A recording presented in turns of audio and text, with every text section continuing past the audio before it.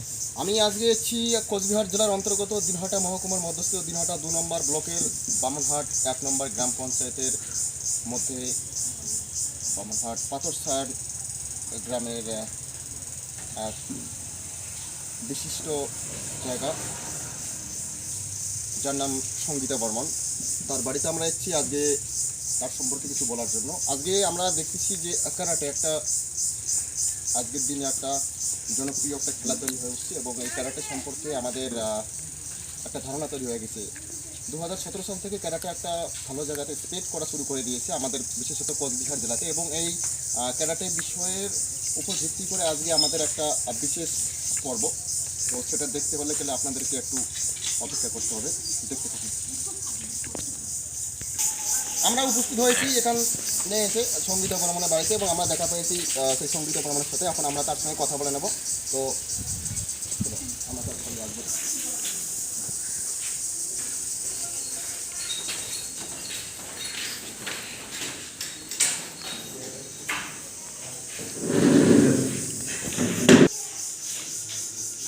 আমরা কথা বলে নেবো আজকে সেই সঙ্গীতা বর্মনের সাথে।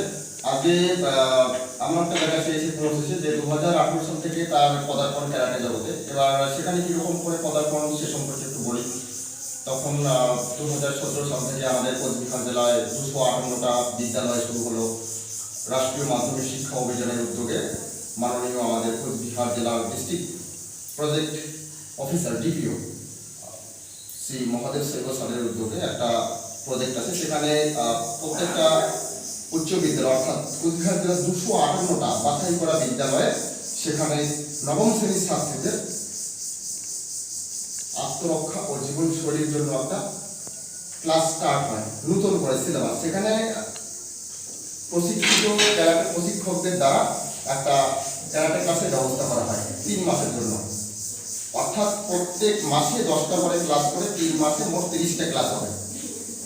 সেই ক্লাসে আমি ক্লাস স্টার্ট দেওয়া শুরু করি 2017 সাল থেকে, এবং 2018 সালে এদের বিদ্যালয় মহাকালহাট উচ্চ বিদ্যালয়ে আমাদের প্রথম প্রজেক্টটা স্টার্ট হয়, এবং সেই স্টার্ট হওয়ার পরে আমার তাদের বিদ্যালয়ে পদার্পণ, এবং সেখানে আমি তাদেরকে ক্লাস করানো স্টার্ট করাই। সেই ক্লাস স্টার্ট এবং প্রথম দিকটায় মানে সেরকম আমরা অতটা বুঝতে পারিনি যে আজকে এতদূর এগোবে বা এতদূর এগোনো সম্ভব। এবং আমরা তখন দেখেছিলাম যে সেই সময়টা যে সে প্র্যাকটিস করতো এবং প্র্যাকটিসে অনেকটা পিছিয়ে ছিল কিন্তু, এবং অন্যান্য যারা ক্লাস করতো যেরকম তাদের অন্যান্য বান্ধবীরা, তো তারা একটা ন্যাক ছিল কি যে আমরা দেখতাম ক্লাসটা করার সময় আমি পরবর্তী দেখলাম তারা প্রাইভেটলি ক্লাসটা স্টার্ট করে দেয় যে আপনার গভর্নমেন্ট প্রজেক্ট দেন তারা স্টার্ট করে প্রাইভেটলি হবে।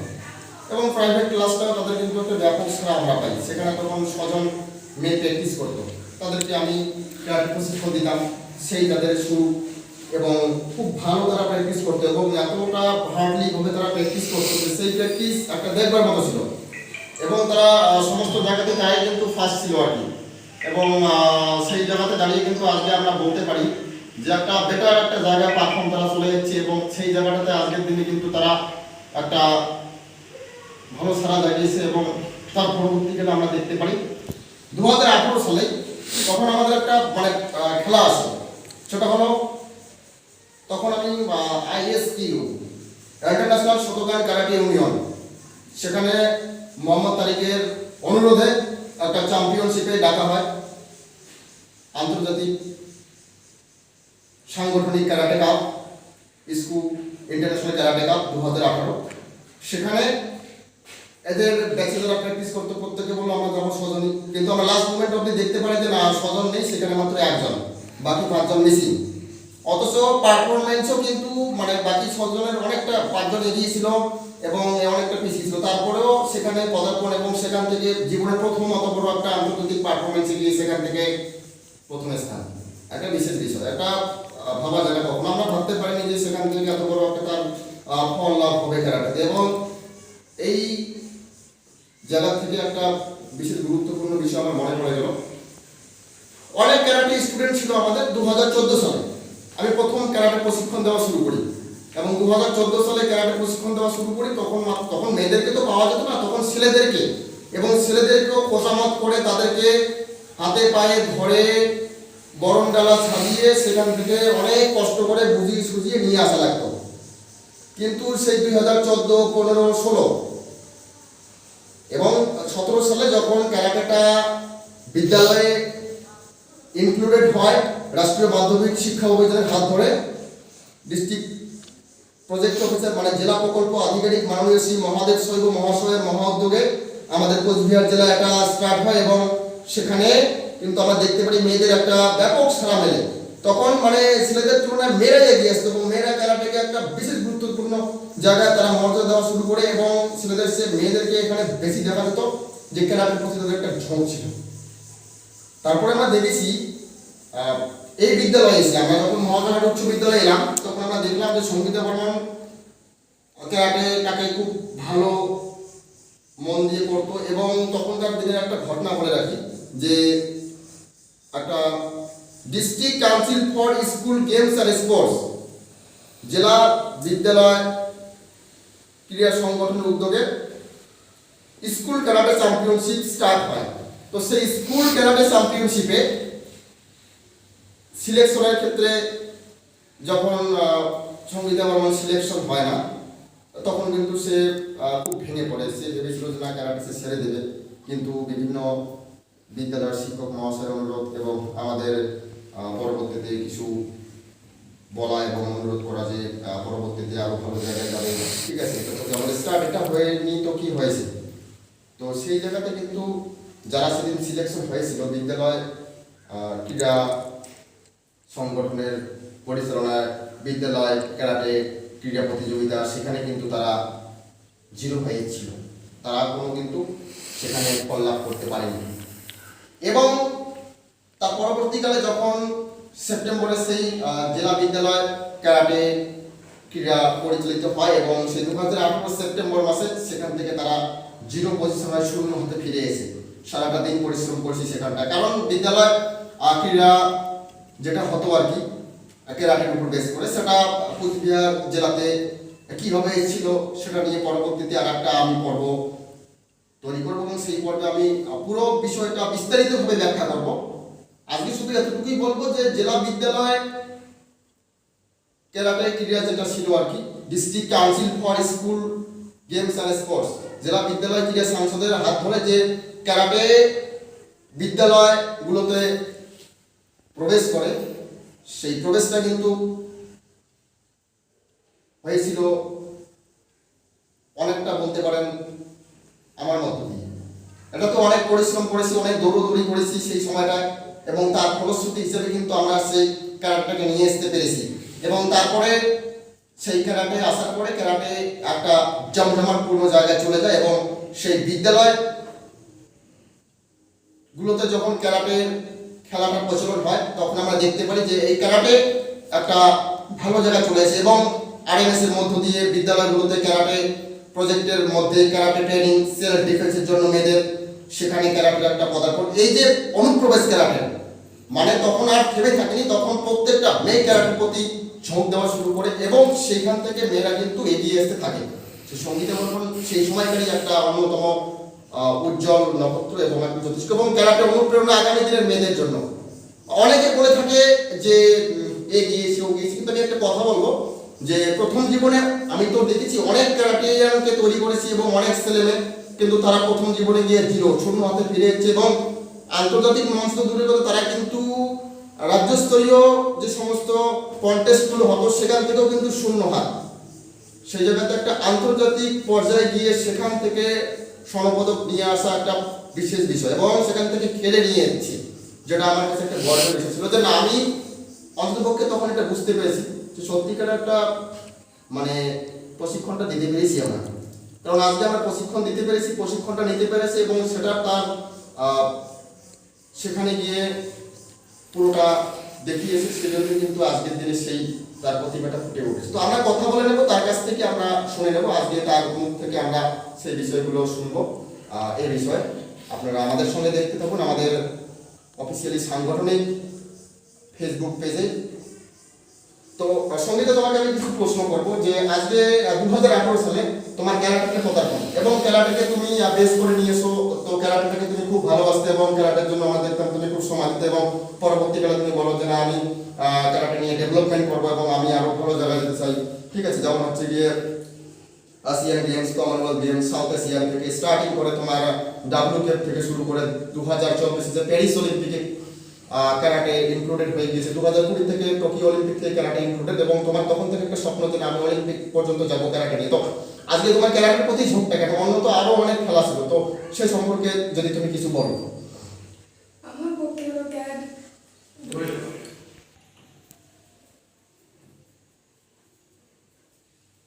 ক্যারাটে হলো এমন জিনিস যেটা মেয়েদেরকে আত্মরক্ষা করে। হ্যাঁ, অনেক রকম খেলা থাকে যারা মেয়েদেরকে বলে যে এটা করিস না, ওটা করিস না, বাস এটা নয়।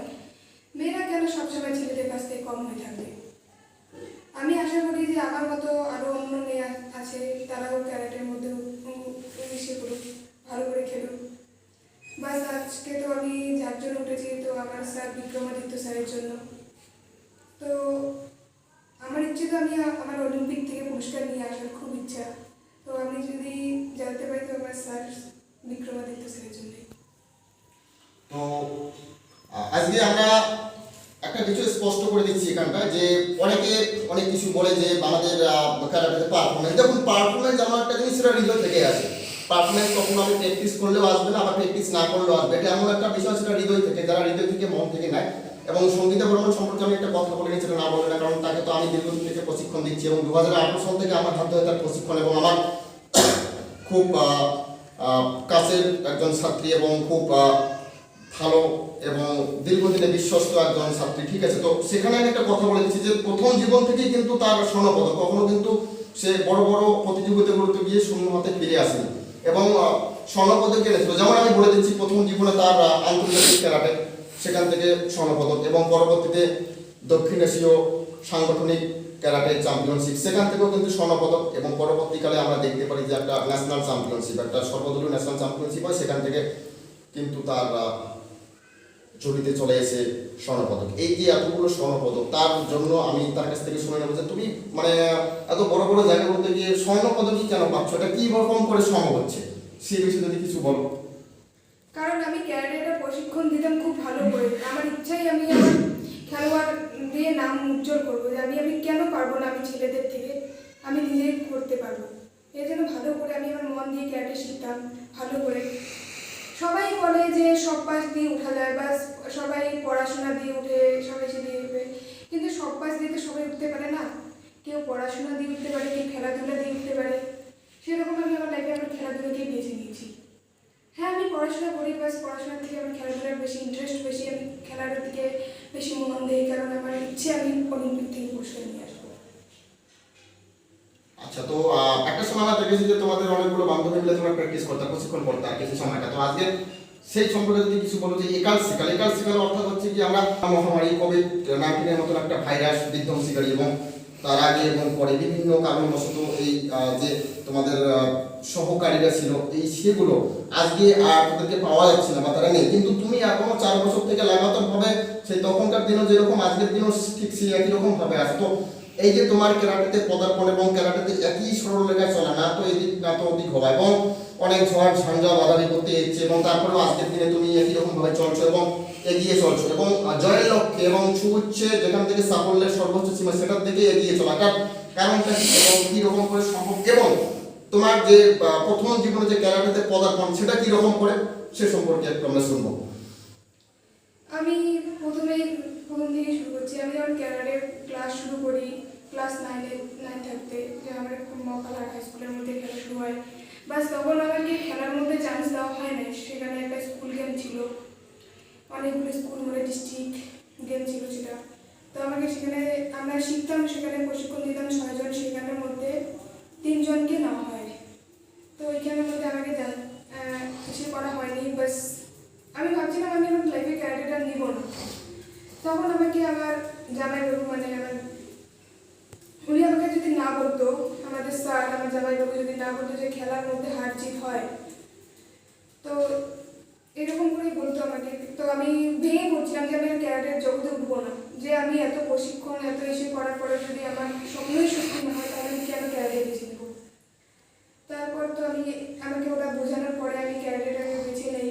তো ঠিক আছে, আমি তারপর থেকে ক্লাস শুরু করি, ক্যারাটে করা স্টার্ট করি। আমাদের মধ্যে ওরা গেল, ওরা 3 জন গেল, ওরা ওইখান থেকে গোল্ড নিয়ে আসতে পারেনি, ওরা পুরস্কার নিয়ে আসতে পারে নাই। তো তারপর থেকেও ওরা আমার সাথে ক্যারাটে শিখতো, আবার শিখতো। তো একটা ন্যাশনাল গেম ছিল, সেটা আমাদের আলোচনার মধ্যে, সেখানে 7টা দেশ অংশগ্রহণ করছিল। ওইখানে আমাদের স্যার বলছিল তাদের যে সবাইকে যাওয়ার জন্য অনুরোধ, সবাইকে বলছিল তারা খেলার যাওয়ার জন্য। তো ওরা কেউ যায়নি, বাস সবাই বলতো প্রথমে যে আমি যাব, তারপর ওরা যায়নি, শুধুমাত্র আমি একাই যাই। আমরা এখান থেকে আমাদের ডিস্ট্রিক্ট, আমাদের রাজ্য থেকে আমরা প্রায় 16 জন ছাত্র যাই। 16, আমার থেকে আরও অনেক আগের সিনিয়ররা ছিল যারা 2014 থেকে প্র্যাকটিস করে আসে। তো ওরাও ছিল অনেক, 16 জন আমরা যাই। তো যাওয়ার এখান থেকে আমাকে সবাই বলে যে তুমি মার খেয়ে আসবে, তুমি এটা পাবে না, তুমি ওটা পাবে না, সবাই আমাকে নর্মাল দুর্বল ভাবে। তো আমি তবুও যাই। আমি জানি যে আমি পুরস্কার পাবো, আমি কেন মানুষের কথা শুনতে যাবো। আমাকে অনেকেই অনেক কথা বলে যে তুমি এখানে গিয়ে তুমি পারবে না, তুমি এখানেই পারো না, তুমি ওখানে কীভাবে পাবে। তো আমি বাস এরকম করে যাই। 16 জনের মধ্যে ওইখানে গিয়ে আমার উপর থেকে কেউ ভরসা করতো না, বাস আমার স্যার আমাকে ভরসা দিয়েছিল যে তুমি পাবে। বাস আমি কারো কথা শুনিনি, আমি আমার স্যারকে ভরসা করে আমি স্যারের আশায় চলে যাই। তো এখান থেকে আমি 16 জনের মধ্যে আমি একাই কোচ নিয়ে আসি, আর বাকি সব রোলস নিয়ে আসে। সেগুলো আমাদের অনেক সিনিয়র লেভেলের ছাত্র দিদিরা ছিল, দিদি দাদা ভাইরা ছিল। তো আমি তো আমার ক্যারাটেকে বেছে নিয়েছি যে সবাই বলে না যে মেয়েরা কোথাও কম নয়, মেয়েরা কিচ্ছু করতে পারে না, মেয়েদের পক্ষে এটা সম্ভব নয়, মেয়েরা এরা করতে পারে না। কারণ ছেলে মেয়েদের মধ্যে কোনো ফারাক নেই, ছেলেরা যদি সবই করতে পারে তাহলে মেয়েরা কেন পারবে না। তো আমি আমার ক্যারাটেকে বেছে নিয়েছি যে সবাই বলে যে আত্মরক্ষার জন্য মেয়েরা কিছু পারে না। তো আমি আমার ক্যারাটেকে বেছে নিয়েছি। তো আমি স্যারের কাছ থেকে আমি ভালো করে প্রশিক্ষণ নিই, ভালো করে শিখি। আজকে যার জন্য আমার স্বপ্ন আমি অলিম্পিক থেকে পুরস্কার নিয়ে আসবোই। তো শুধুমাত্র যদি যাই তো আমার স্যারের জন্য। আমি আশা করি 2018 থেকে প্র্যাকটিস করে আসছি। আমি চাই আমার লাইফে যতদূর পর্যন্ত আমি অলিম্পিক আছে আমি প্রত্যেকবারই খেলবো। আমাকে যতই যেটাই করুক না কেন আমি মানুষের কথা শুনবো না। বাস আমার স্যার শ্রী বিক্রমাদিত্য। তো আজকে আমাদের এই একটা কন্টেস্ট ছিল, কি কন্টেস্ট সেটা আমি বলতেছি যে আমার 2017 একটা ব্যাচ ছিল। তো সেই ব্যাচে গিয়ে কোনো এক স্টুডেন্ট সেখান থেকে তার চলে আসা এবং তার স্বর্ণপদক প্রাপ্তি, সেটা আমার জন্যই সম্ভব হয়েছিল। খুব দিনরাত কায়িক পরিশ্রমের মধ্য দিয়ে তাদেরকে নিয়ে যাওয়া, এবং পরবর্তীকালে আমরা যখন দেখতে পারি যে না, যে তাদের মতন আর কোনো স্টুডেন্ট হবে না, যে তারাই আমার সবচেয়ে বড় স্টুডেন্ট এবং ভরসাযোগ্য নির্ভরশীল স্টুডেন্ট, এবং তাদের জন্যই আমাদের তৈরি। মানে আমি বলেছিলাম একটা কথা যে না, আমি কারিগর, আমি স্টুডেন্ট তৈরি করি এবং তোমাকে আমি তৈরি করেছি, কিন্তু সেই স্টুডেন্ট বলেছিল যে না, তাদের জন্য নাকি আমার তৈরি, তাদেরকে দিয়ে নাকি আমার ওটা। কিন্তু সেই যে একটা পরিপ্রেক্ষিতে আমি তখন একটা খুঁজছিলাম যে না, শুধু আমার ইস্পাত দরকার। সেই ইস্পাতের মেয়ে যখন আমি গল্প পড়েছিলাম ক্লাস 11-এ, সেই সময় থেকেই আমার একটা তখন চলে আসে একটা বিষয়ের উপর ভিত্তি করে একটা ভরসা যে না, ইস্পাত আমাকে খুঁজতে হবে এবং তৈরি করতে লাগবে সেই তার সে 1000 গুণে একটা বেশি ক্ষমতাশালী ব্যক্তি। আমি খুঁজতে থাকি কিন্তু পাই না। পরবর্তীকালে আমাদের মধ্যে চলে আসে সেই সঙ্গীতা বর্মন, সেই একমাত্র ব্যক্তি যে তার প্রথম জীবনে গিয়ে প্রথম জায়গা থেকে স্বর্ণপদক প্রাপ্তি, এবং আমার সেই সম্মানটা রাখতে পেরেছে সঙ্গীতা বর্মন। এবং আমার যে মানে হারিয়ে যাওয়ারটা, আমি সত্যি কথা বলতে কি সেই সময়টা হারিয়ে যেতাম, মানে যদি না সে পাতো সেখান থেকে স্বর্ণপদক নিয়ে আসতে। এবং 16 জনের একটা টিম গিয়েছিল, এত বড় টিম, সেখান থেকে কেউ কিন্তু কোনো স্বর্ণপদক নিয়ে আসতে পারেনি, একমাত্র সঙ্গীতা বর্মন। এবং সেটা একটা গর্বের বিষয় আমার কাছে যে এত বড় একটা জায়গা থেকে, প্ল্যাটফর্ম থেকে নিয়ে এসে আমাকে সে মুক্ত, সেটা কিন্তু আমাকে নিয়ে আসার পরে বললো যে উপহার তুলে দিল, যে সেই উপহারটা একটা ভালো, এই জন্যই বলবো যে আমার মানটা রাখতে পেরেছি। এবং সেই জায়গাতে তখন আমি তার প্রত্যুত্তর দিতে পেরেছি যে না, সত্যি আমি একটা কারিগর, আমি তৈরি করি খেলোয়াড়ের উপর বেস করে আমরা তৈরি করি না, আমাদের উপর বেস করে খেলোয়াড় তৈরি হয়, এবং তার খেলোয়াড় যেন 1000 খেলোয়াড় তৈরি করে। তো সেই জায়গাটাতে কিন্তু আমরা সেই জিনিসটা দেখিয়ে দিতে পেরেছি, এবং সেই জায়গাটাতে আমরা সাফল্যের সর্বোচ্চ সীমায় উঠে গিয়ে সেই জায়গাটাতে কিন্তু বেস করে আজকে এই জায়গাটাতে আসতে পেরেছে এবং তার পরবর্তীকালে প্রত্যেকটা গেমে স্বর্ণপদক, কোনোটা গেমে কিন্তু সে খালি হাতে ফিরেছে। এবং একটা বিশেষ গুরুত্ব আছে সঙ্গীতের মধ্যে, যে কুমিতে আমাদের যে ক্যারাক্টার দুটো ইভেন্ট থাকে, একটা কাতা ইভেন্ট, একটা কুমিতে ইভেন্ট। কুমিতে ইভেন্টে সে এক্সপার্ট, এতটা এক্সপার্ট আমি দেখেছি নিজে, যে মানে সত্যি খুব রিয়েল ফাইটার যেটাকে বলা হয় আর কি। যে ধরো কেউ ওকে একটা পয়েন্ট নিয়ে নিল, পাঞ্চ করে হোক, কিক করে হোক, তার প্রত্যুত্তরে দেখবেন সেকেন্ডের মধ্যে, 1 সেকেন্ডের সময় লাগবে না, সে তার প্রত্যুত্তর দিয়ে দেবে। সে পাঞ্চ অথবা কিক দিয়ে সেখান থেকে তার সেই পয়েন্টটাকে তার কাছে নিয়ে আসবে। তো এই যে একটা বিশেষ বিষয়, যেটা হচ্ছে গিয়ে মানে নিউটনের থার্ড লকে ফলো করে আর কি।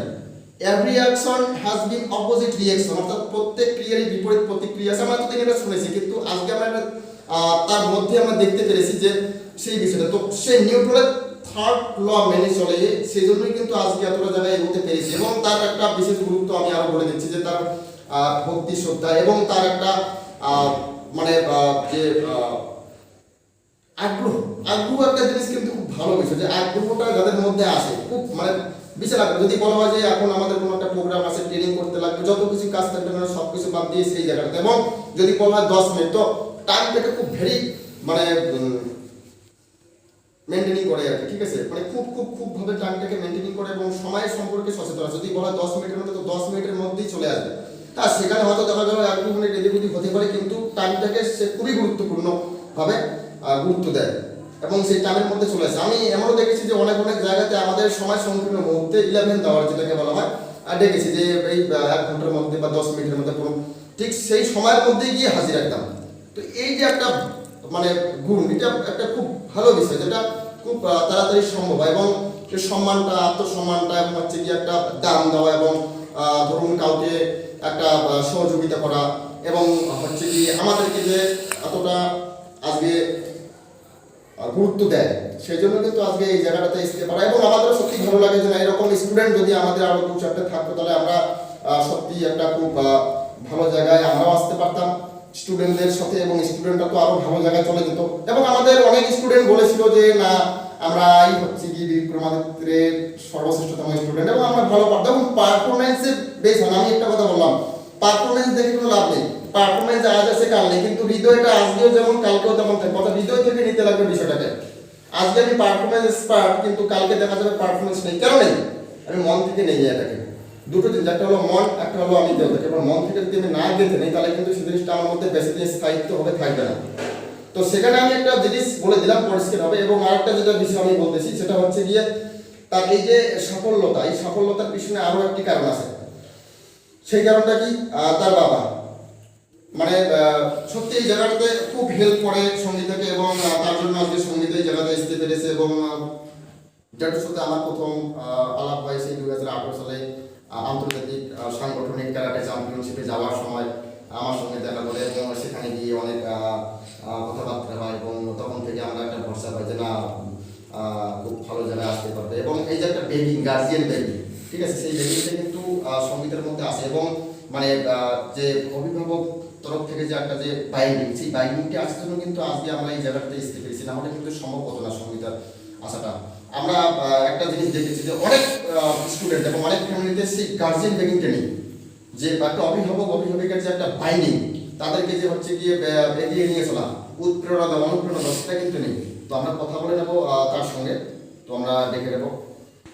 আমরা পেয়েছি সঙ্গীতের বাবাকে, যার জন্য আজকে সঙ্গীত এই জায়গাতে আসতে পেরেছে, এবং যার সহযোগিতা এবং আমাদেরকে অনেকভাবে সহযোগিতা করছে বিভিন্ন বিষয়ের উপর বেস করে, এবং বিগত দিনগুলোতে, যার জন্য আজকে সঙ্গীতে এগোতে পেরেছে এবং প্রত্যেকটা জায়গাতে। এবং আমি লাস্ট যে একটা গেমে নিয়ে গেছিলাম, সেই গেমটাতে তার আগের দিন এসে রাত্রিবেলা বলা, এবং তারপরের দিনই কিন্তু মাত্র 12 ঘন্টার ব্যবধানে খুব তাড়াহুড়োর মধ্য দিয়ে সেই জায়গাটাতে বেস করে পাঠিয়ে দেওয়া, এবং মানে ইজিলি ভাবে এই জিনিসটাকে করতে পেরেছে, যেটা 6 মাসের পর সেটা 6 ঘন্টায় পেরিয়ে দেখিয়ে দিয়েছে। মানে এই যে বিষয়টা, আমি জেরুর কাছ থেকে একটা জিনিস শুনে নেবো যে মানে এটা কিরকম করে সম্ভব। ধরুন একটা যে লাস্ট যে আপনি গেমটাতে পাঠালেন ন্যাশনাল চ্যাম্পিয়নশিপ, হ্যাঁ, সেখানে আমরা দেখলাম যে একটা গেমে যেতে গেলে মোটামুটি 2 মাস 3 মাস বা 6 মাস বা মিনিমাম 1 মাস থেকে প্রস্তুতি নিতে লাগে, কিন্তু আগের দিন এসে বলে রাত্রিবেলা 12 ঘন্টার ব্যবধানের মধ্যে কিরকম করে তারপরের দিন পাঠিয়ে দেওয়া সম্ভব হবে? সেটা হলো একটা জিনিস আছে কি মকরের চেষ্টা জিনিস, মকরের একটা জিনিস আছে কি আমি মেয়েকে পাঠাবো, সে মেয়ে ঘন্টায় পাক না করে আমাকে তো খেলার কোনো পাঠাতে হবে। তা সেটা এমন একটা জিনিস আছে, আমার রাতে হোক দিনে হোক আমার তো ওই সব ম্যানেজ করে আমাকে পাঠাতে হবে। আমি যদি ত্রুটি করি তাহলে তো আমি মেয়েকে সেই জায়গায় পাঠাতে পারবো না। আমার রাতে যত দিকে হোক মানুষের দেনায় হোক কোনো করুক, আমরা কিন্তু টাকা যোগে আমার মেয়েকে পাঠাচ্ছি। আজকে সেখানটায় মকরেন সফল হয়ে আসছে। আজকে মকরেন 18 সাল থেকে মকরেন মেয়ে আমার মেয়েকে নিয়ে গেছে আহমেদাবাদ 16 জনের টিমের মধ্যে, তার মধ্যে আমার মেয়ে আজকে মকরেন আহমেদাবাদে ওখানটায় খেলা হলো, ও পাকিস্তানকে হারিয়ে সোনা জয় করে নিয়ে আসলো। তারপরে 19-এ উত্তরপ্রদেশ যা ফার্স্ট সেকেন্ড দুইটাই নিয়ে আসলো। 20-তে একটা খেলা আছে না, 20-তে ন্যাশনাল খেলা একটা হলো, তাতেও পুরস্কার নিয়ে আসছে। তাই আজকে কার জন্য এটা? আজকে মনে বিক্রমাদিত্যর জন্য এটা পাশে, এছাড়া তো আমার দিয়ে কাজ হতো না। আজকে আমার সহযোগী একটা করতে হবে, সেই সহযোগীদের মনে টাকা পয়সার একটা সহযোগিতা করতে হবে। সেটা আমরা আমার এক জামাই বিএসএফ চাকরি করে, উনিও তার দান আছে এই ক্যারাটের সম্পর্কে। তাহলে এই জন্য আমরা এত দূর আগে গেছি। এবারও মকরেন 21-এ খেলা হলো, মকরেন 26টা রাজ্যে খেলা হলো। 26টা রাজ্যের মধ্যে সঙ্গীতা বর্মন আজকে মকরেন গোল্ড মেডেল নিয়ে এখন থেকে আসে, তার পেপারও আছে এখানটায়। তা আমার কথা হলো একটা জিনিস, পরিশ্রম দেবো, শ্রম দেবো, তাহলে যাবে, তারা উঠতে পারবে। কিন্তু আমি শ্রম দেবো না, কিছু কাজ করবো না, বাচ্চার কোনো কেয়ার নেব না, সেই বাচ্চা কোনোদিনও মকরের ওখানে খেলতে পারবে না, ওখানে যাবে লুডু খেলে আসতে হবে। তাই এই জন্যই আমারও কথা হলো কি, বিক্রমাদিত্যকে এটা আমার অভিনন্দন জানার দরকার একটা। আজকে মকরেন আমেরিকার যে খেলাটা একটা হওয়া কথা, আমেরিকা যাবে, তার মধ্যে মাদকের করুণা নিয়ে বন্ধ আছে। তারপরে এখন দেখো একটা দেশের মধ্যে একটা গন্ডগোল চলছে, এই জন্য একটু লেট আছে। আমরা চেষ্টা করব বিক্রমাদিত্য আমেরিকা নিয়ে যাবে। তারপরে মনের মেয়েরা কথা হলো আমি অলিম্পিক পর্যন্ত খেলবো, এতে আমার কি হয় হবে, আমি মেয়েদের মতন একজন ত্যাগে দেবো। আজকে আমরা দেখেছি অনেক বাচ্চা কাচ্চা আজকে উঠে এসেছে আমাদের হাত ধরে, এবং তার প্রতিষ্ঠিত উদাহরণ যেমন বামহাটে আমরা দেখতে প্রচুর, শুধু বামহাট না আজকে গোটা জেলার মধ্যে। তো সেখানে আমরা দেখেছি যে পরবর্তীতে আমাদেরকে অপমান্যতা, নেগলিজেন্সি এবং হচ্ছে কি আমাদেরকে হীনমান্যতায় ভোগানো এবং আমাদের কোনো দাম দেওয়া না। কিন্তু সেই জায়গাতে দাঁড়িয়ে আপনি যে 2018 সাল থেকে এখনো লাগাতার হবে, মানে এতটা ভরসা কেন এবং এতটা মানে যে সৌজন্যতা, যে নিজের ছেলের মতন একটা ভালোবাসা এবং হচ্ছে কি যে এগিয়ে দাও প্রেরণা যোগানো এবং যে এতটা ভরসা করেন, এবং যে সেই তখনকার দিনেও যেরকম ভরসা এবং আজকেও ঠিক একই রকম। কেন অন্যান্য গার্জিয়ানরা তো যেখানে আমাদেরকে কোনো ভ্যালুই দেয় না, পরবর্তীকালে আজকে কোনো একটা বাচ্চা বেরিয়ে যাওয়ার পরে আপনি এতটা ভরসা কেন? ব্যাপার হলো একটা জিনিস আছে কি, যাকে নিয়ে যে জায়গায় যাইতে পারবে তাকে তার সঙ্গে না থাকে অন্য সঙ্গের সাথে থাকে তো লাভ হবে না। আজকে মকরেন বিক্রমাদিত্য মকরেন ওরা এখানটা সেক্রেটারি কুচবিহার ডিস্ট্রিক্টের মধ্যে, তাহলে আজকে মকরেন ও নিয়ে যেতে পারবে না, কে নিয়ে যাবে? এখানে যে যে বাচ্চাগুলো আছে আজকে মকরেন এমন একটা অবস্থা পানি করছে, ওরা প্রতি জায়গায় মকরেন রাজনীতিতে ওরা ডুবে নিছে।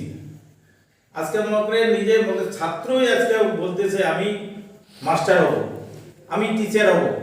এই যে মনের একটা জিনিস আছে, যারা বাপ মনে করে না, তারা কি করিয়ে খেলার একটা মেয়েকে কি ছেলেকে একটা মনে বাইরে নিয়ে যাবে, নিয়ে যায় একটা মনে করেন পুরস্কার নিয়ে আসবে, সেই রকম জায়গা তো ওরা তৈরি হয়নি। সেই জন্য একটা জিনিস আছে কি, যার সঙ্গে যেখানে যাইতে পারবো তার শ্রম দেবো, তার ভালোবাসা দেবো, বাচ্চাকে এগিয়ে দেবো, এটা হলো মেইন কথা। আমরা ওখানটাতে করতে পারবো না, এই তুই যাবি না আমি যাবো, আমি যাবো না তুই যাবি না। তার মধ্যে আরেকটা জিনিস আছে কি, এখানটায় অনেক বিক্রমের ছাত্র আমি দেখলাম 18 থেকে, আমি 18 থেকে যুক্ত, তাদের দেখলাম বেশিরভাগের মনে ল্যাম্প দেওয়ার জন্য চেষ্টা করে। তো এই জন্যে ল্যাম্প কারো ল্যাম্প কেমন দেয় না, যার যার ল্যাম্প সেই পড়ে। তাই জন্যে একটা জিনিস আমরা বেশি নিচ্ছি কি, আমরা ঝাঁকি নিয়ে গৌরব করি, তার নিয়ে বাইরে যাব, অলিম্পিক এমনিকে এলে যেতে পারবো, তার সঙ্গে আমার থাকতে হবে। এছাড়া মনে করেন কিবা কারা মনে করেন একজন মাস্টার হয়ে গেল, বাইরে থেকে কোনো একটা মাস্টার হায়ার করে নিয়ে তাকে মনে করেন মাস্টার বানালো, সেই মাস্টারে মনে করেন কয়দিন দেখবি। আর এই মাস্টারকে আমরা বিক্রমাদিত্য সবসময় পাই, সবসময় মনে করেন এখানে আসি ক্লাস করে, আমরা তার সাথে থাকবো, এটি আমার কথা। আরেকটা জিনিস আমরা দেখলাম যখন সে নেক্সট মানে সর্বশেষ যে খেলাটা খেলে আসলো দিল্লি মুম্বাইয়ের অন্তর্গত মাদার খিজনে কনভেন্ট হাই স্কুল থেকে, সেখানে আসার পরে আমরা দেখলাম যে তাকে একটা সংগঠন দেওয়া হয় দিনটা পঞ্চান্ন মঞ্চের পক্ষ থেকে, এবং সেখানে আমাদের কুচবিহার জেলার যে এক্স এমপি ছিল পার্থপ্রতিম রায় তিনি আসেন, এবং প্রথমে কিন্তু তাকে তার হাত থেকেই পুরস্কারটা দেওয়ার কথা ছিল। আমার যেতে একটু দেরি হয়ে গিয়েছিল, কোনো কারণবশত আমি যেতে পারিনি অফিসিয়াল কাজ থাকার জন্য। তো সেই জায়গাটাতে আপনাদেরকে ডাকা সত্ত্বেও আপনারা মানে পুরস্কার মঞ্চের একদম মানে কাছাকাছি গিয়েও পুরস্কারটা নিলেন না কেন? শুধুমাত্র একমাত্র আমার অনুপস্থিতির জন্য, মানে আমি নেই তার জন্য আপনারা পুরস্কারটা নিলেন না। কিন্তু নিতে পারতেন, আমি বলেছিলাম, কিন্তু মানে কেন নিলেন না সেই বিষয়ে যদি একটু বলতেন। এবং আমরা দেখেছি যে এর আগে তো মানে অনেক স্টুডেন্টকে তাদেরকে মুখ্যমন্ত্রীর কাছ থেকে পর্যন্ত আমরা পুরস্কার নিয়ে দিয়েছি, এবং একটা আমাদের অনুরোধ ছিল, দাবি ছিল যে না মুখ্যমন্ত্রীর ওখানে যখন তোমরা যাবো, আমি নিজে বলে দিয়েছি সেই জায়গাটাতে আমাকে শুধু রিকমেন্ডেড করবা। জেলা যে ডিস্ট্রিক্ট প্রজেক্ট অফিসার আছে, অর্থাৎ আপনার কন্যাশ্রী ডিপিও আছে, তমজিৎ চক্রবর্তী তখন ছিল, যে তাকে শুধু আমার নামটা বলবো যখন ফোন করবে, সে আমাকে নিয়ে দেয়নি। কিন্তু এই জায়গাটায় আপনাদেরকে আমি কিছু বলিনি পর্যন্ত যে এই জায়গাটা আমাকে জন্য ডাকা, এবং শুধুমাত্র আমার অনুপস্থিতির জন্য আপনারা মানে পুরস্কারটা নিলেন না। তো এতটা মানে ভরসা কিছু, এবং ব্যাপারটা হচ্ছে গিয়ে এটা কেন নিলেন না, মানে একমাত্র শুধু আমার অনুপস্থিতিতে?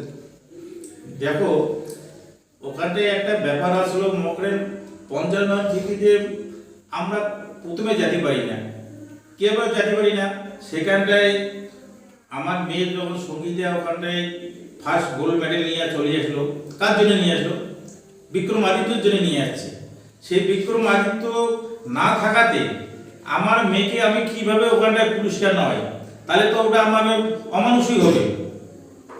আমার কথা হলো সেখানটায় পুরস্কার নিতে গেলে বিক্রমাদিত্য থাকবে ওখানটায়, এই টিচার হয়ে তার ছাত্ররা সাফল্য হয়ে আসছে, তার মকরেন কামনা সিদ্ধি করবে ওরা। আজকে মকরেন বিক্রমাদিত্য তখন বলবে আজ যে সঙ্গীতটা আজকে 55-80 একা একা পুরস্কার নিয়ে চলে গেল, সেটা তোমরা করতে পারবো না, ওটা তো মানসিক কাজকর্ম হয় না। আমার কর্তব্য হলো বিক্রমাদিত্য থাকবে, 55 ওখানে সবাই থাকবো, থাকিয়ে ওখানটায় আমরা যে কোনো পুরস্কার যে আমাদের ওখানটায় দিছিল, ফুলের তোড়া থেকে শুরু করিয়া মকরেন 55দের তিনি গামছা যে একটা আছে একটা দিছিল, এটি আমাদের সম্মান সবচেয়ে বড়। তা আমার কথা হলো কি, নিজে নিজে বড় হলে বড় হবে না, যারা বড় করবে সেই হবে বড়। আমার ছাত্র মকরেন কোনো সময় যায় নিতে পারে না, যদি ছাত্র দ্বারা যদি মান সম্মান দেয়, মাস্টারের ভিত্তিতে যদি কোনো শ্রদ্ধা থাকে, তারা মকরেন কোনোদিনই করবে না বলে আমি মাস্টার ছাড়া আমি কোনো পুরস্কার নেব না। আচ্ছা আমরা তো যেতে যাই তো আমরা নিতে পারতাম, আমাকে 2 ঘন্টা গাড়ি ঘাটে বসেছিলেন, কিন্তু ওটা হয় না, ওটা অমানুষিক কাজ হয়। যত যার জন্য মকরেন জায়গা দেখলাম, সেই যদি না থাকে ও জায়গার নাম নেই, এই হলো আমার কথা। তো আপনারা শুনলেন সেই বিষয়টা বিস্তারিতভাবে বর্ণনা করলেন আমাদের সঙ্গীতের বাবা। তো যেটুকু আপনার নামটা যদি একটু বলেন। এবং আমার নাম মহেন্দ্র চন্দ্র বর্মন, গ্রাম পাতসন, মহাকালহাট, এখানটায় অঞ্চল বামনহাট, থানা সাহেবগঞ্জ, জেলা কুচবিহার। আমার কথা হলো একটাই জিনিস, আজকে এই যে সাবলার পক্ষে আমরা এতদিনে খুশি।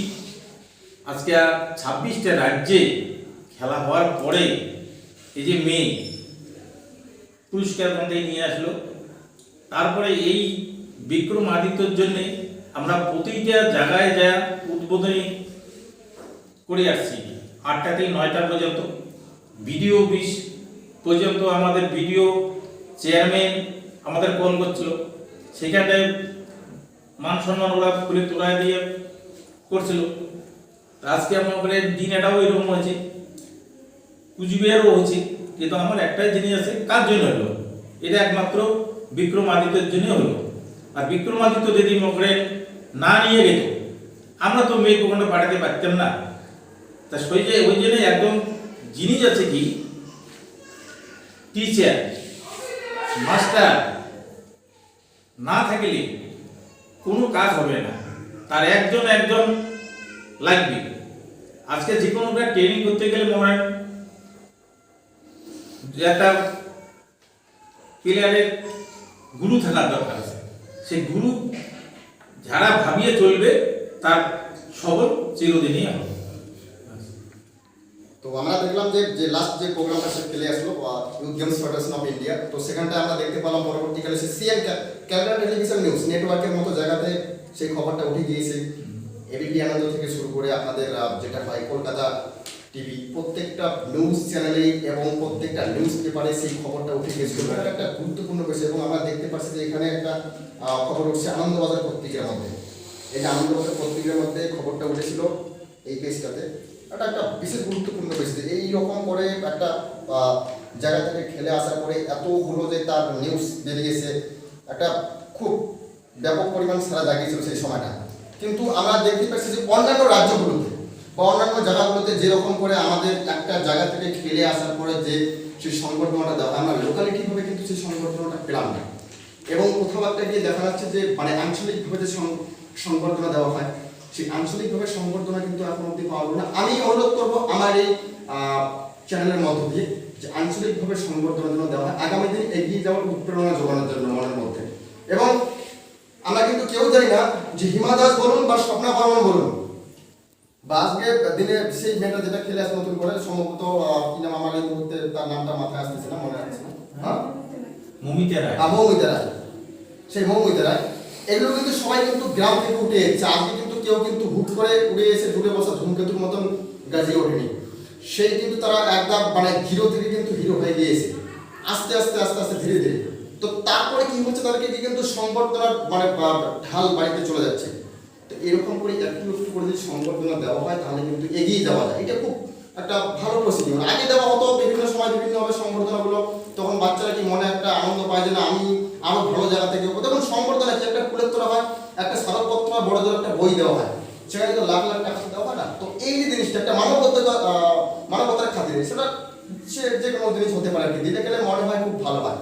এবং আরেকটা জিনিস কি বিষয় সেটা আমি এখানে স্পষ্টভাবে বলবো যে এটা আপনারা দেবেন চ্যানেলের মাধ্যমে। আমি প্রত্যেককে আবেদন করলাম এবং অনুরোধ করলাম যে আমাদের অঞ্চল থেকে শুরু করে যে সমস্ত আমাদের লোকাল মাধ্যমগুলো আছে আর কি, সেই মাধ্যমগুলো থেকে যদি আমরা কোনো সহযোগিতা মানে কি এগিয়ে যাওয়ার উৎপ্রেরণা আগামী দিনে যে তোমরা এগিয়ে চলো, আমরা আসি, আরো ভালোভাবে চলো, এই যে কথা একটা বলা এবং একটা ফুলের তোলা দিয়ে একটা সংগঠন, এটাই বড়। যে একটা পূজা ফাংশন হতে পারে বা একটা কোনো একটা পাড়ার একটা খেলার মাঠ হতে পারে বা ধরুন কোথাও একটা কোনো বড় ধরনের একটা দিবস উদযাপিত হচ্ছে, সেই সমস্ত জায়গা থেকে যদি সংবর্ধনা দেওয়া হয় তাহলে মনে হয় খুব ভালো হয় আগামী দিনে, তাই তো সঙ্গে নাকি? তো এই যে জিনিসগুলো আমরা কিন্তু মনের মতো উৎপ্রেরণা এবং আমরা উৎপ্রেরণা পাই যে না আজকে মাস্টার হিসেবে আমি একটা জায়গা থেকে ছাত্রকে তৈরি করতে পেরেছি, ছাত্রটা একটা জায়গা থেকে সংবর্ধনা পেলো, 10টা লোক তাদেরকে ভালো বলবো, এই একটা অনুপ্রেরণা। এবং তখন আমার কিন্তু আরো স্পৃহা বেড়ে যাবে, আমি আরো স্টুডেন্টকে তুলবো। এখানে একটা বিষয় বলে রাখা ভালো যে অনেকে বলে যে আমরা নিয়ারেস্ট স্টুডেন্ট এবং আমরা হচ্ছে গিয়ে কালচার স্টুডেন্ট, বিক্রমাদিত্য যোগ্য ছাত্র বা যোগ্য ছাত্রী। দেখুন, যোগ্য ছাত্রছাত্রী বলে যে কথাগুলো এতদিন বলে আসছিল সেগুলো সবগুলোই ভুল। কেন ভুল আমি কথাটা আজকে তার ব্যাখ্যায়িতভাবে প্রমাণ করবো। আমরা যখন দেখলাম যে 2017 সালে কোনো একটা স্টুডেন্টকে গোল্ড মেডেলিস্ট নিয়ে করে দেওয়া হলো আর কি, তাকে দিন রাত কায়িক পরিশ্রমের মধ্য দিয়ে খাটাখাটনি করে খাওয়া দাওয়া বাদ দিয়ে একাকার করে আমি তাকে সেই জায়গা থেকে ইস্কু ইন্টারন্যাশনাল ক্যারাটে কাপ 2017-তে তাকে করে দিই। তারপরে সে 2018 সালের 14ই আগস্ট মাননীয় শ্রীমতী এ রাজ্যের মুখ্যমন্ত্রী মমতা ব্যানার্জির অনুপ্রেরণায় যে প্রকল্পগুলো হয় কন্যাশ্রী প্রকল্প, সেই কন্যাশ্রী প্রকল্পের উদ্যোগে সেখানে কন্যাশ্রী দিবস উপলক্ষে সেখানে একটা সংবর্ধনা দেওয়া হয়, কন্যাশ্রী অ্যাওয়ার্ড। কন্যাশ্রীর মধ্যে রাজ্যের সেরা ক্রীড়া সম্মাননা, সেখান থেকে আমাদের কুচবিহার জেলার কোনো একটা মেয়ে পায় আমারই স্টুডেন্ট, তাকে বলা হয়েছিল আমার নামটা দেওয়া। যখন তোমরা যাবা মুখ্যমন্ত্রী ওখানে সম্বোধনা নিতে, সেখানে আমি তোমার কোচ হিসেবে যাব, আমাদের নামটা দেওয়া হয়নি এবং আমাদেরকে মানে দূরে সরিয়ে রাখা আসলে। পরবর্তীকালে সেখান থেকে সংবর্ধনা নিয়ে আসার পরে বলা হয় যে না, আমাদের চেয়েও স্টুডেন্টকে আমরা ভালো জায়গা থেকে অ্যাওয়ার্ড পেয়েছি, এত জায়গাতে এত দূরে যেতে পারিনি আমাদের বিক্রমাদিত্য আমাদের জন্য আজকে প্রতিষ্ঠিত। আরে বাবা, তোমাকে তো আমি পাঠালাম ওই জায়গাটাতে। 2 নম্বর, পরবর্তীকালে আমাদের লাস্ট যে গেম হলো আর কি 2021-এ, সেখানে গোয়া থেকে একটা স্টুডেন্ট গেমস ফেডারেশন অফ ইন্ডিয়ার ওখানে 6 জন নিয়ে গেল। সেখানে দিনহাটা 2 নম্বর ব্লকে 3 জন, দিনহাটা 1 নম্বর ব্লকে 3 জন। সেখান থেকে আসার পর বিজয়া সম্মেলনী চলছিল তখন দুর্গাপুজো উপলক্ষে। সেখানে আমরা দেখলাম যে দিনহাটা 1 নম্বর ব্লকের অন্তর্গত দিনহাটা ভেটাগুড়িতে সেখানে আমারই ছাত্রী একজন ছিল 2018 ব্যাচের, সেই ছাত্রী 2019 সালে প্রশিক্ষণ শুরু করে দিনহাটা ভেটাগুড়ির অন্তর্গত ব্রহ্মাণী চৌকি হাই স্কুলে সেই মাঠে গিয়ে। আরে বাবা, সে তাকে পরবর্তীকালে কি করলাম, তাকে হাতে ধরে প্রশিক্ষণ দিয়ে 2020 সালে কত অক্টোবর মাস থেকে শুরু করলাম, মানে দুর্গাপুজোর একটা শোয়ের মধ্য দিয়ে। সে দুর্গাপুজোর শোটা কত হলো আমাদের নিগমনগরের অন্তর্গত রবীন্দ্র বিকাশ সংঘ ক্লাবের মধ্যে একটা শোয়ের মধ্য দিয়ে তাদেরকে আবার আমি নিয়ে আসি। কারণ কি হয়েছিল, যে মেয়েটা আগে প্রশিক্ষণ দিত সেই মেয়েগুলোকে সেই মেয়েটা পালিয়ে গিয়ে বিয়ে করে কোথাও। তারপরে কি সেই জায়গাটা ক্লাসটাকে তো নষ্ট করা যাবে না, ক্লাসটাকে আমরা রানিং করার জন্য কি করি, আমরা ক্লাসটাকে এগিয়ে নিয়ে আসি এবং আমি নিজে গিয়ে সেই মেয়ের বাড়িতে গিয়ে কথা বলি। তার নাম লতিকা রায় সরকার, যে ক্লাসটাকে আমরা আবার পুনরায় স্টার্ট করা হয় ক্লাসটাকে। অনুরোধ করে ক্লাসটাকে স্টার্ট করানোর পরে 1 সপ্তাহের মধ্যে সেই তখন দুর্গাপুজো ছিল, নবমী রাত্রে দিনহাটা 2 নম্বর ব্লকের অন্তর্গত নিগমনগর রবীন্দ্র বিকাশ সংঘ ক্লাবের দুর্গাপুজোর পরিচালনায় সেখানে একটা পূজা শোয়ের মধ্য দিয়ে তাদেরকে আবার পুনরায় ক্যারাটেতে আমি নিয়ে আসি। দীর্ঘ 9 মাস পরে ক্লাসটা তো বন্ধই হয়ে যেত। তারপর আসার পরে সেই শুরু, তাদেরকে যেখানে ক্যারাটের মধ্যে কিছু শেখানো হয়, শুধু ওই কিক পাঞ্চ আর নর্মাল কিছু দাসি, যেখানে দাসি ঠিকঠাক মতন হতো না, ক্যারাটেতে দাসিটাই তো মেন, সব কিছু হাতে ধরিয়ে মাত্র 8 মাস 9 মাসের মধ্যে শিখিয়েছি। আবার দিন রাত একাকার করে কায়িক পরিশ্রমের মধ্যে দিয়ে খাওয়া দাওয়া সব কিছু বাদ দিয়ে, এবং সেখানে স্টুডেন্টের সংখ্যাটা 17 তৈরি করেছি আমি নিজে, এবং আমাকে বেশ করে স্টুডেন্ট এসছে, কারণ আমি একজন ক্যারাটে মাস্টার, আমি একজন ক্যারাটে প্রশিক্ষক, এবং আমি কিন্তু ক্যারাটে শিখে আসা, কিন্তু আজকে হুট করে উড়ে আসা দূরে বসা ধূমকেতু না কোনো। তো সেখানটায় কি হলো, পরবর্তীতে আমরা দেখলাম ফেলে নিয়ে আসার পরে তাকে আমি কি বানালাম, কোচ বানালাম, খেলার কোচ বানালাম। সেখান থেকে সে এলো, তাহলে দুর্গাপূজা বিজয়ী সম্মেলনী উপলক্ষে সেই সজন বাচ্চা এলো। আসার পরে দিনহাটা পঞ্চম মঞ্চের পক্ষ থেকে সবাইকে সংবর্ধনা দেওয়ানো হলো, এবং তারপরে কি হলো, এই 2021-এ সেখানে গিয়ে দেখলাম যে আমি নেই, এবং সেখানে কি মানে যে কথাবার্তা হচ্ছে যে যার হাত ধরে তারা উঠে যাচ্ছে, যার কায়িক পরিশ্রমের মানে সহযোগিতা সৌজন্যতা এবং যে কারিগরগুলো তৈরি করেছে তাকে সংবর্ধনা জ্ঞাপন করছি আমরা। তো এই যে বিষয়গুলো, এই জন্য আজকের দিনে মনটা ভেঙে যায়, একটা সময় এসে না খুব খারাপ লাগে জায়গাটা যে আজকে আমরা তৈরি করলাম, আমাদের নাম নেই এখানটায়। তো এই জন্য বলবো কি জানেন, যে যোগ্য ছাত্র ছাত্রী হতে গেলে এরকম করে মুখে বললে হয় না যে আমি যোগ্য, মুখে বাতলুঙ্গি ধরে কম মুখে ঢেকে পড়ে সে বলে লাভ নেই। সঙ্গীতা বর্মন একটা উদাহরণ আমি বলবো না, ঠিক আছে, কারণ যোগ্য ছাত্রী যারা হতে চেয়েছে বা আমরা তাদেরকে যোগ্য মনে করেছি, তারা আজকে যোগ্য নয়, তারা অযোগ্য প্রমাণ করে দিয়েছে তারা। তো ওই জন্য যোগ্য ছাত্রী হলে হয়তো সে এতদিন আমার কাছে থাকতো না, কিন্তু সে কি একজন সৈনিক, একজন সেপাই, আমার যোগ্য সেপাই একজন, যে সব সময় থাকে, সব সময় আসে এবং ক্যারাটেকে গভীরভাবে মনে প্রাণে ভালোবাসে, এবং তাকে এগিয়ে দিচ্ছে সহযোগিতার মধ্য দিয়ে তার পরিবারের সকলে, যেমন হচ্ছে কি আমার জ্যাঠু, তারপরে হচ্ছে কি আমার একটা জামাইবাবু আছে, বড় দিদির মেজো দিদির আর কি বা হাজব্যান্ড, সে হচ্ছে গিয়ে বিএসএফের চাকরি করে, খুব ভালো, তিনি ব্যাপকভাবে সহযোগিতা করছেন এবং সে আশ্বাস জমিয়েছে যে এই জিনিসটা ভালো, এবং তাই কিন্তু সেই জায়গাতে ইচ্ছে এবং তাকে বুঝিয়েছে যে না ক্যারাটেটা করো, হার জিত বলে খেলা অনেক কিছু থাকে। একটা সময় সে বাদ দিত, যেহেতু সেই স্কুল গেমে সেদিন চান্স পায়নি 2018 সালে সেপ্টেম্বর মাসে। কিন্তু ফ্যামিলি ব্যাকগ্রাউন্ডটা ভালো থাকতে লাগবে, কিন্তু ব্যাকগ্রাউন্ড ভালো না থাকলে হয় না। আজকে আমি বললাম আমার ফ্যামিলি ব্যাকগ্রাউন্ড ভালো, তো তার তো প্রমাণটা আমরা দেখতেই পাচ্ছি।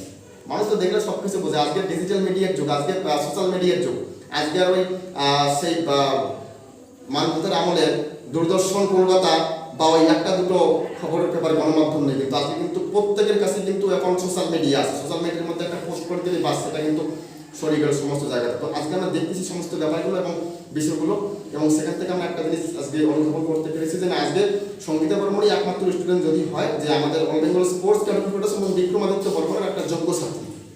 সেই যোগ্যটা কিন্তু প্রমাণ করে দিতে এতটা দিন সময় লাগলো, কিন্তু আজকে আমরা দেখেছি যে কেউ 14 থেকে 15 থেকে 16 বা কেউ 2 মাস 3 মাস 6 মাস 1 বছর 1.5 বছর কেউ টাননি, 1 বছর 3 মাস 4 মাস তার মধ্যে কিন্তু উড়ে গিয়েছে। কিন্তু সে এখনো অবধি আসছে 2018, আজকে 2022, 4 বছর অতিবাহিত হয়ে গেল। তো এই যে 2018 সালের ফেব্রুয়ারি মাসে স্টার্ট তাদের ক্যারাটেতে পদার্পণ, আরএমএস রাষ্ট্রীয় মাধ্যমিক শিক্ষা অভিযানের হাত ধরে মহাকালহাট উচ্চ বিদ্যালয়ের মধ্য দিয়ে আজকে 2022, আজকে মার্চ মাসের শেষের দিকে চলতেছে। তো এতদিন থেকে তারা আমাদের সঙ্গে যুক্ত, তো সে যে একই রকমভাবে কিন্তু আজকে পর্যন্ত আসে। তো এই জায়গাটাতে আমার খুব ভালো লেগেছে যে না, এই তকমাটা অন্তত পক্ষে আমার পক্ষ থেকে দেওয়া উচিত, কারণ সেরকমভাবে তো আমরা কিছু দিতে পারলাম না, কারণ যাবে সে আমাকে প্রতিদান দিল আছে যে সেই জায়গাটাতে আমাকে একটা মান সম্মানের জায়গা থেকে সে আবার ফিরিয়ে নিয়ে আসলো। যখন আমরা বুঝতে পারলাম বা শুনতে পারলাম, এদিক ওদিক দেখলাম যে আমরা নাকি আর কোনোদিন এগোতে পারবো না, তারাই নাকি আমাদের যোগ্য স্টুডেন্ট ছিল, যাদের জন্য আমরা আজকে একটু প্রতিষ্ঠিত হতে পেরেছি, তারা আজকে নেই, আমরা নেই। কিন্তু সঙ্গীতা বর্মন দেখিয়ে দিল যে না, বিক্রমাদিত্যই মাস্টার এবং তার হাত ধরে আজকে ছাত্র ধরে, এবং আমি তার কাছ থেকে শিখে আজকে গোল্ড মেডেল নিয়েছি, এবং প্রত্যেকটা খেলাতে গিয়ে সেখান থেকে গোল্ড মেডেল, কোনোদিনও আমি খালি হাতে ফিরিনি বা আমি জিরো হইনি। তো এই জায়গাটা কিন্তু একটা খুব ভালো লেগেছিল তখন, এবং সেইখান থেকে কিন্তু একটা কিন্তু তার পদার্পণ ক্যারাটেতে, এবং আমারও একটা ভালো লাগা যে না, সেই ছাত্রীটা আজকে এত দূর এগিয়েছে এবং যে এতটা মান্যতা দিচ্ছে, যে মান্যতাটা কিন্তু সবচেয়ে বড় জিনিস। আজকে একটা নিয়ম আছে জন্য কিন্তু আজকে কিন্তু পৃথিবীটা টিকে আছে, ব্রহ্মাণ্ড টিকে আছে। কারণ দেখবেন আপনারা পৃথিবী সূর্যকে ওই পূর্ব থেকে পশ্চিমে কিন্তু প্রদক্ষিণ করে চলতেছে, তার জন্য কিন্তু দিন এবং রাত্রি হচ্ছে। আমরা কিন্তু পৃথিবী যদি পশ্চিম থেকে পূর্ব দিকে প্রদক্ষিণ করে তাহলে কি হবে, পৃথিবী ধ্বংস হয়ে যাবে, ব্রহ্মাণ্ড থাকবে না। ঠিক সেরকম একটা মান্যতার একটা ব্যাপার আছে, মান্যতা দিতে লাগে কোনো জিনিসকে, মান্যতা না দিলে ভালো। এবং মান্যতার আমরা যদি বিরুদ্ধে যাই তখন কিন্তু কি হয়, মহাপ্রলয় সংঘটিত হয়। ঠিক সেরকমটা এখানে হয়েছে যে আজকের দিনে আমরা দেখতে পাবো যে আগামী যে সমস্ত প্রোগ্রামগুলো আছে, যেমন স্কুল গেম থেকে শুরু করে আপনাদের হচ্ছে গিয়ে বা সিলেকশন গেম যে হয় ক্যারাটের কালের মধ্যে, ক্যারাটে অ্যাসোসিয়েশন অফ ইন্ডিয়ার উদ্যোগে, যেখান থেকে আপনারা south Asian national championship, state championship, তারপরে হচ্ছে গিয়ে এশিয়ান গেমস, তারপর ওয়ার্ল্ড ক্যারাটে ফেডারেশন, এবং সেখান থেকে সিলেকশনার অলিম্পিকে যায়, এবং 2024 প্যারিস অলিম্পিক একটা টার্গেট, এবং সেই টার্গেটটা অনেকে বলে দেখুন যে ক্যারাটে সম্পর্কে, যে ক্যারাটে হচ্ছে কি আজকে গ্রেন করতে পারবে না, তাই জুডো বা বক্সিং। আরে বাবা, ক্যারাটে যদি গেইন করতে না পারো তুমি তাহলে ক্যারাটে করবে না। আমার প্রশ্ন একটাই, তার সেই সমস্ত ইনস্ট্রাক্টরদের উদ্দেশ্যে, ক্যারাটে গেইন করতে পারবে, এবং ক্যারাটে অলিম্পিকে খেলেছে 2020 যে অলিম্পিক, টোকিও অলিম্পিক, সেটা করোনা ভাইরাসের জন্য 1 বছর পিছিয়ে 2021 হয়েছে। এবং আপনারা সার্চ করে দেখবেন গুগলে, রিকা ওসমি, জাপানের সেই মহিলা। তো রিকা ওসমির মতো মেয়েরা যদি পারে গোল্ড মেডেল নিয়ে আসতে অলিম্পিক থেকে, তাহলে আমাদের ইন্ডিয়ার একটা প্রান্ত গ্রাম শেষ প্রান্তে যে সঙ্গীতা বর্মনের মতো মেয়েরা কেন হবে না, আমার প্রশ্ন এটা। এবং আমরা দেখবো এখন সঙ্গীতা বর্মনের সেই যে সার্টিফিকেটগুলো, মেডেলগুলো, তার যেগুলো সঞ্চারিত হয়েছে দীর্ঘদিন থেকে, সেগুলো আমরা তার কাছ থেকে দেখবো, এবং অনুরোধ করবো দেখার সঙ্গীতা সেই সার্টিফিকেটগুলো। এটা 2018-র মধ্যে এটা 7টা দেশ ছিল অংশগ্রহণ, তার মধ্যে আমি 4টা দেশের মধ্যে খেলছি। তো আমি সেখানে আমার পাকিস্তান ছিল, বাংলাদেশ ছিল, শ্রীলঙ্কা ছিল। আমি পাকিস্তানকে লাস্ট রাউন্ডে হারিয়ে দিয়ে আমি জিতে গেছি 2018 গোল্ড।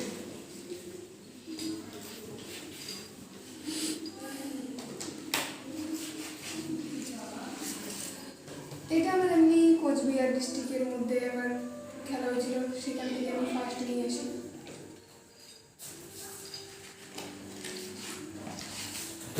ওদের গেম হয়েছিল, সেখান থেকেও আমি ফার্স্ট নিয়ে আসি।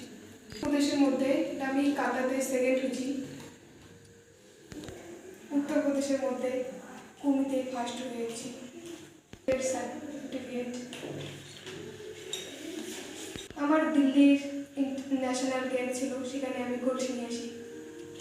অংশগ্রহণ করছিলাম, সেটা ছিল উত্তরপ্রদেশের মধ্যে। ওইখান থেকে তো আমি ফার্স্ট সেকেন্ড দুইটাই দেখাইতে হবে, এটা আমার পার্টিসিপেটের জন্য।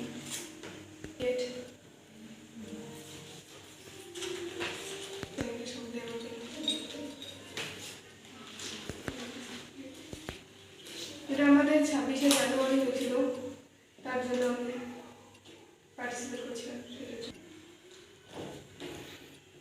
এটা আমার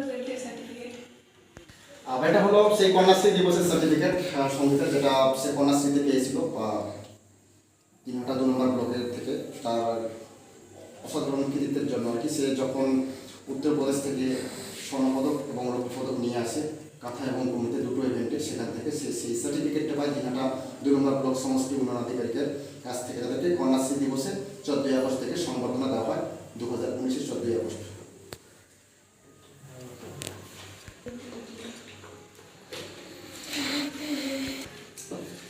এটা হচ্ছে 26 জানুয়ারি সার্টিফিকেট, যেটা পার্টিসিপেট করেছিল 26 জানুয়ারি দিনহাটা সংহতি ময়দানে। সেই সংহতি ময়দান থেকে 26 জানুয়ারিতে পার্টিসিপেট করার সার্টিফিকেট। আমরা কথা বললাম দেখলেন আজকে সঙ্গীতা বর্মনের সঙ্গে, এবং তার কাছ থেকে আমরা তার এতগুলো অসাধারণ কৃতিত্ব এবং তোমার যদি পদকগুলো তুমি একটু দেখো খুলে হোক।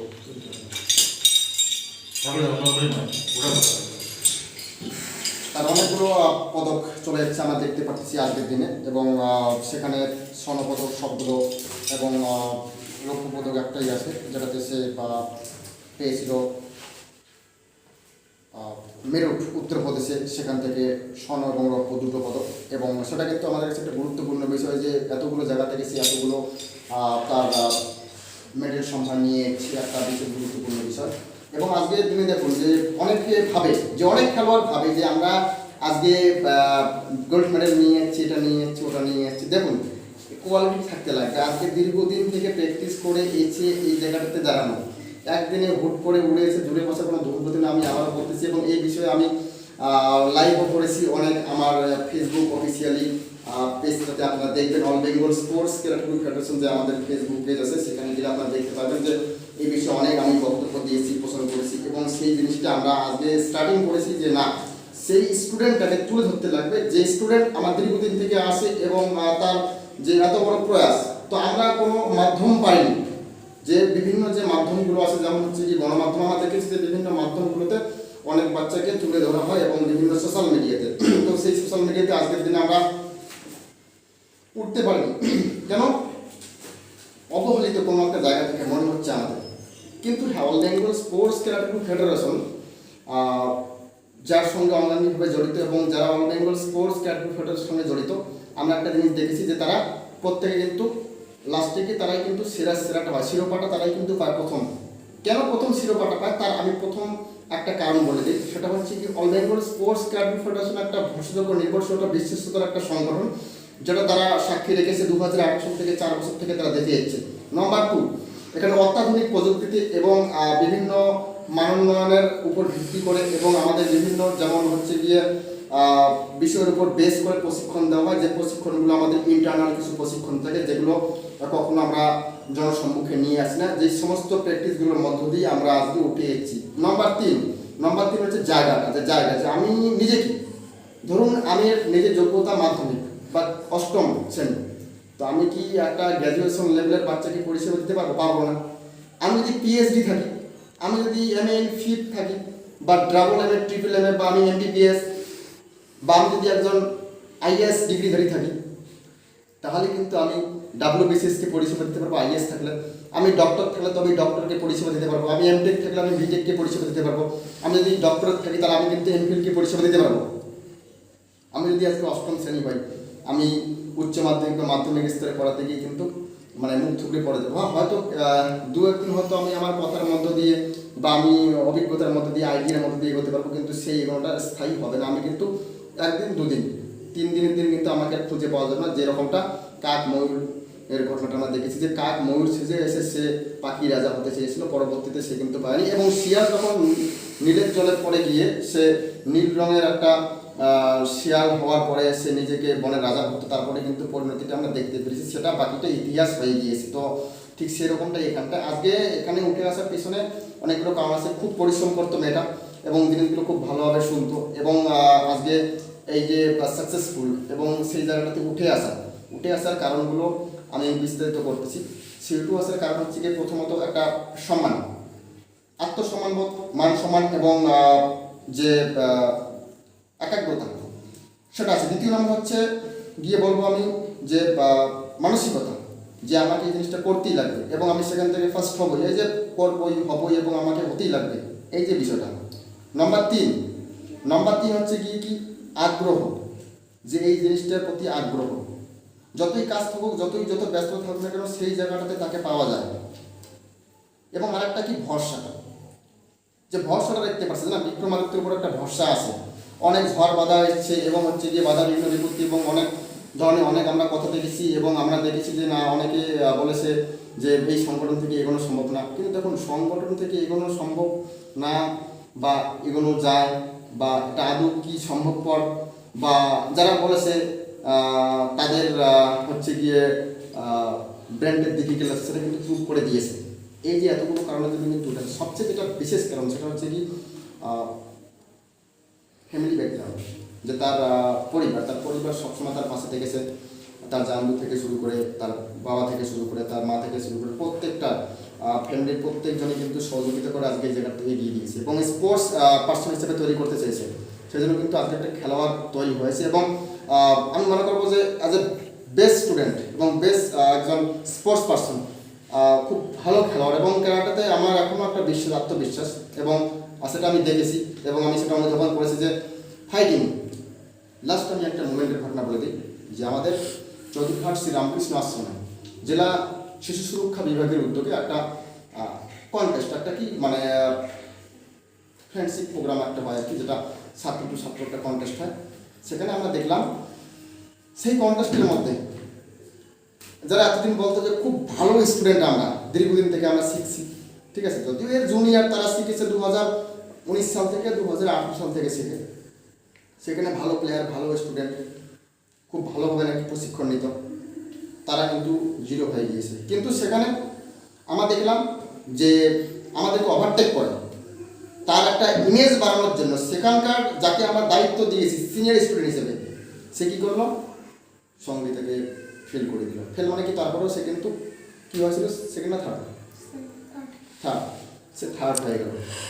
তার মানে কি, কোয়ালিটি আছে, ফার্স্ট হতে পারেনি। রাজনৈতিক শিকার বিভিন্নভাবে, রাজনৈতিক বিপত্তির শিকার। রাজনৈতিক মানে কি, এটা সেরকম রাজনীতিক না, এটা হচ্ছে কি স্পোর্টস রাজনীতি। তারপরে কী লাভ হলো, সেখান থেকে তারা কিন্তু বেরিয়ে এলো।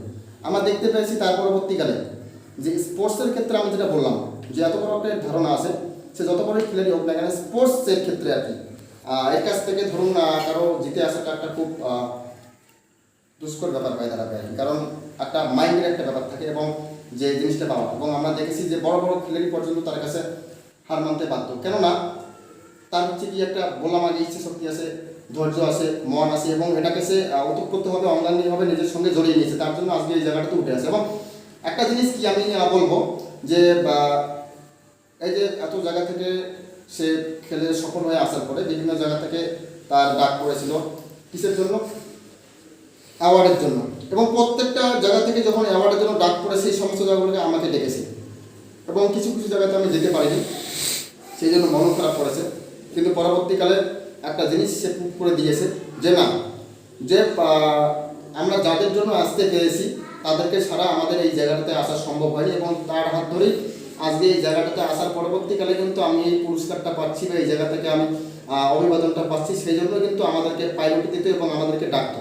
এই যে বুঝতে পেরেছি জ্ঞান, ক্যারাটের মধ্যে কি হয়, KARAT, আমরা যদি এটাকে যদি ভালোভাবে যদি বিশ্লেষণ করি, K for knowledge, E for attitude, R for relationship, এই যে এত বড় যে বিষয়গুলো থাকে, তো ক্যারাটের মধ্যে সেই ক্যারাটের আক্ষরিক অর্থ বা ক্যারাটের ফুল ফর্মটাই যদি কারোর ভিতরে না থাকে, তারা আবার ক্যারাটে কীরকম করে শিখবে বলুন।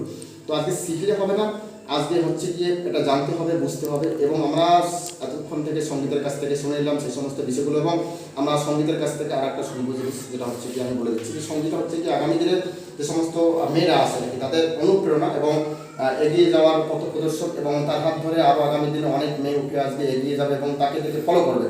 কারণ আজকে সেই একমাত্র ফার্স্ট লেডি আমি বলবো এই জন্যই যে ক্যারাটেতে খুব ইন্টারেস্টিং, ক্যারাটেতে খুব ভরসা এবং ক্যারাটে নিয়ে সে আগামী দিনে ডেভেলপমেন্ট করতে চায়। এবং সে ইতিমধ্যে অনেকগুলো তার হচ্ছে তার কাছে, ঠিক আছে। এবং তার কাছ থেকে আমি একটা বার্তা নেবো যে যেমন ধরো যে আগামী দিনে যে মেয়েরা আছে বা ছেলেরা আছে বা যারা তোমরা পড়াশোনা করতেছো, তো সেখানে যদি ধরো 1 ঘন্টা করে বা 2 ঘন্টা করে সপ্তাহে 2 দিন প্র্যাকটিস করা, পড়াশোনা কি কোনো ক্ষতি হয় সঙ্গীতের? না, কারণ আমাদের পড়াশোনা করে 3-4 ঘন্টার থেকেও বেশি, তো আমরা সারাদিনই তো থাকি না। 24 ঘন্টার মধ্যে কি আমরা ক্যারাটের মধ্যে 1 ঘন্টা সময় দিই, ভালো করে যদি 1 ঘন্টায় আধা ঘন্টায় কোঅপারেটিভ করি তাদের মধ্যেই হয়ে যায়। এমন নয় যে আমরা ক্যারাটেটাই সবসময় করবো, সেটা না, পড়াশোনার ফাঁকে ওইটাও করি না। আচ্ছা, তোমাদের আর যারা ফ্রেন্ড ছিল মানে আমারই স্টুডেন্ট আর কি সবগুলোই, তা সেই সমস্ত স্টুডেন্টগুলো আজকে পড়াশোনায় কী রকম রেজাল্ট করেছে? তারা কি মানে খুব বেশি একটা ভালো রেজাল্ট করেছে নাকি মোটামুটিভাবে ভালো রেজাল্ট করেছে, নাকি যেরকমটা আমরা দেখেছি যে তারা অ্যাটিটিউড দেখাতো যে আমরা বোর্ড ফার্স্ট করবো বা সুপার ফার্স্ট লেটার ডিভিশন নিয়ে পাস করবো, কি সেগুলো হয়েছে নাকি এমনিতে একটু মার্কস থেকে একটু এগিয়ে ছিল পড়াশোনা?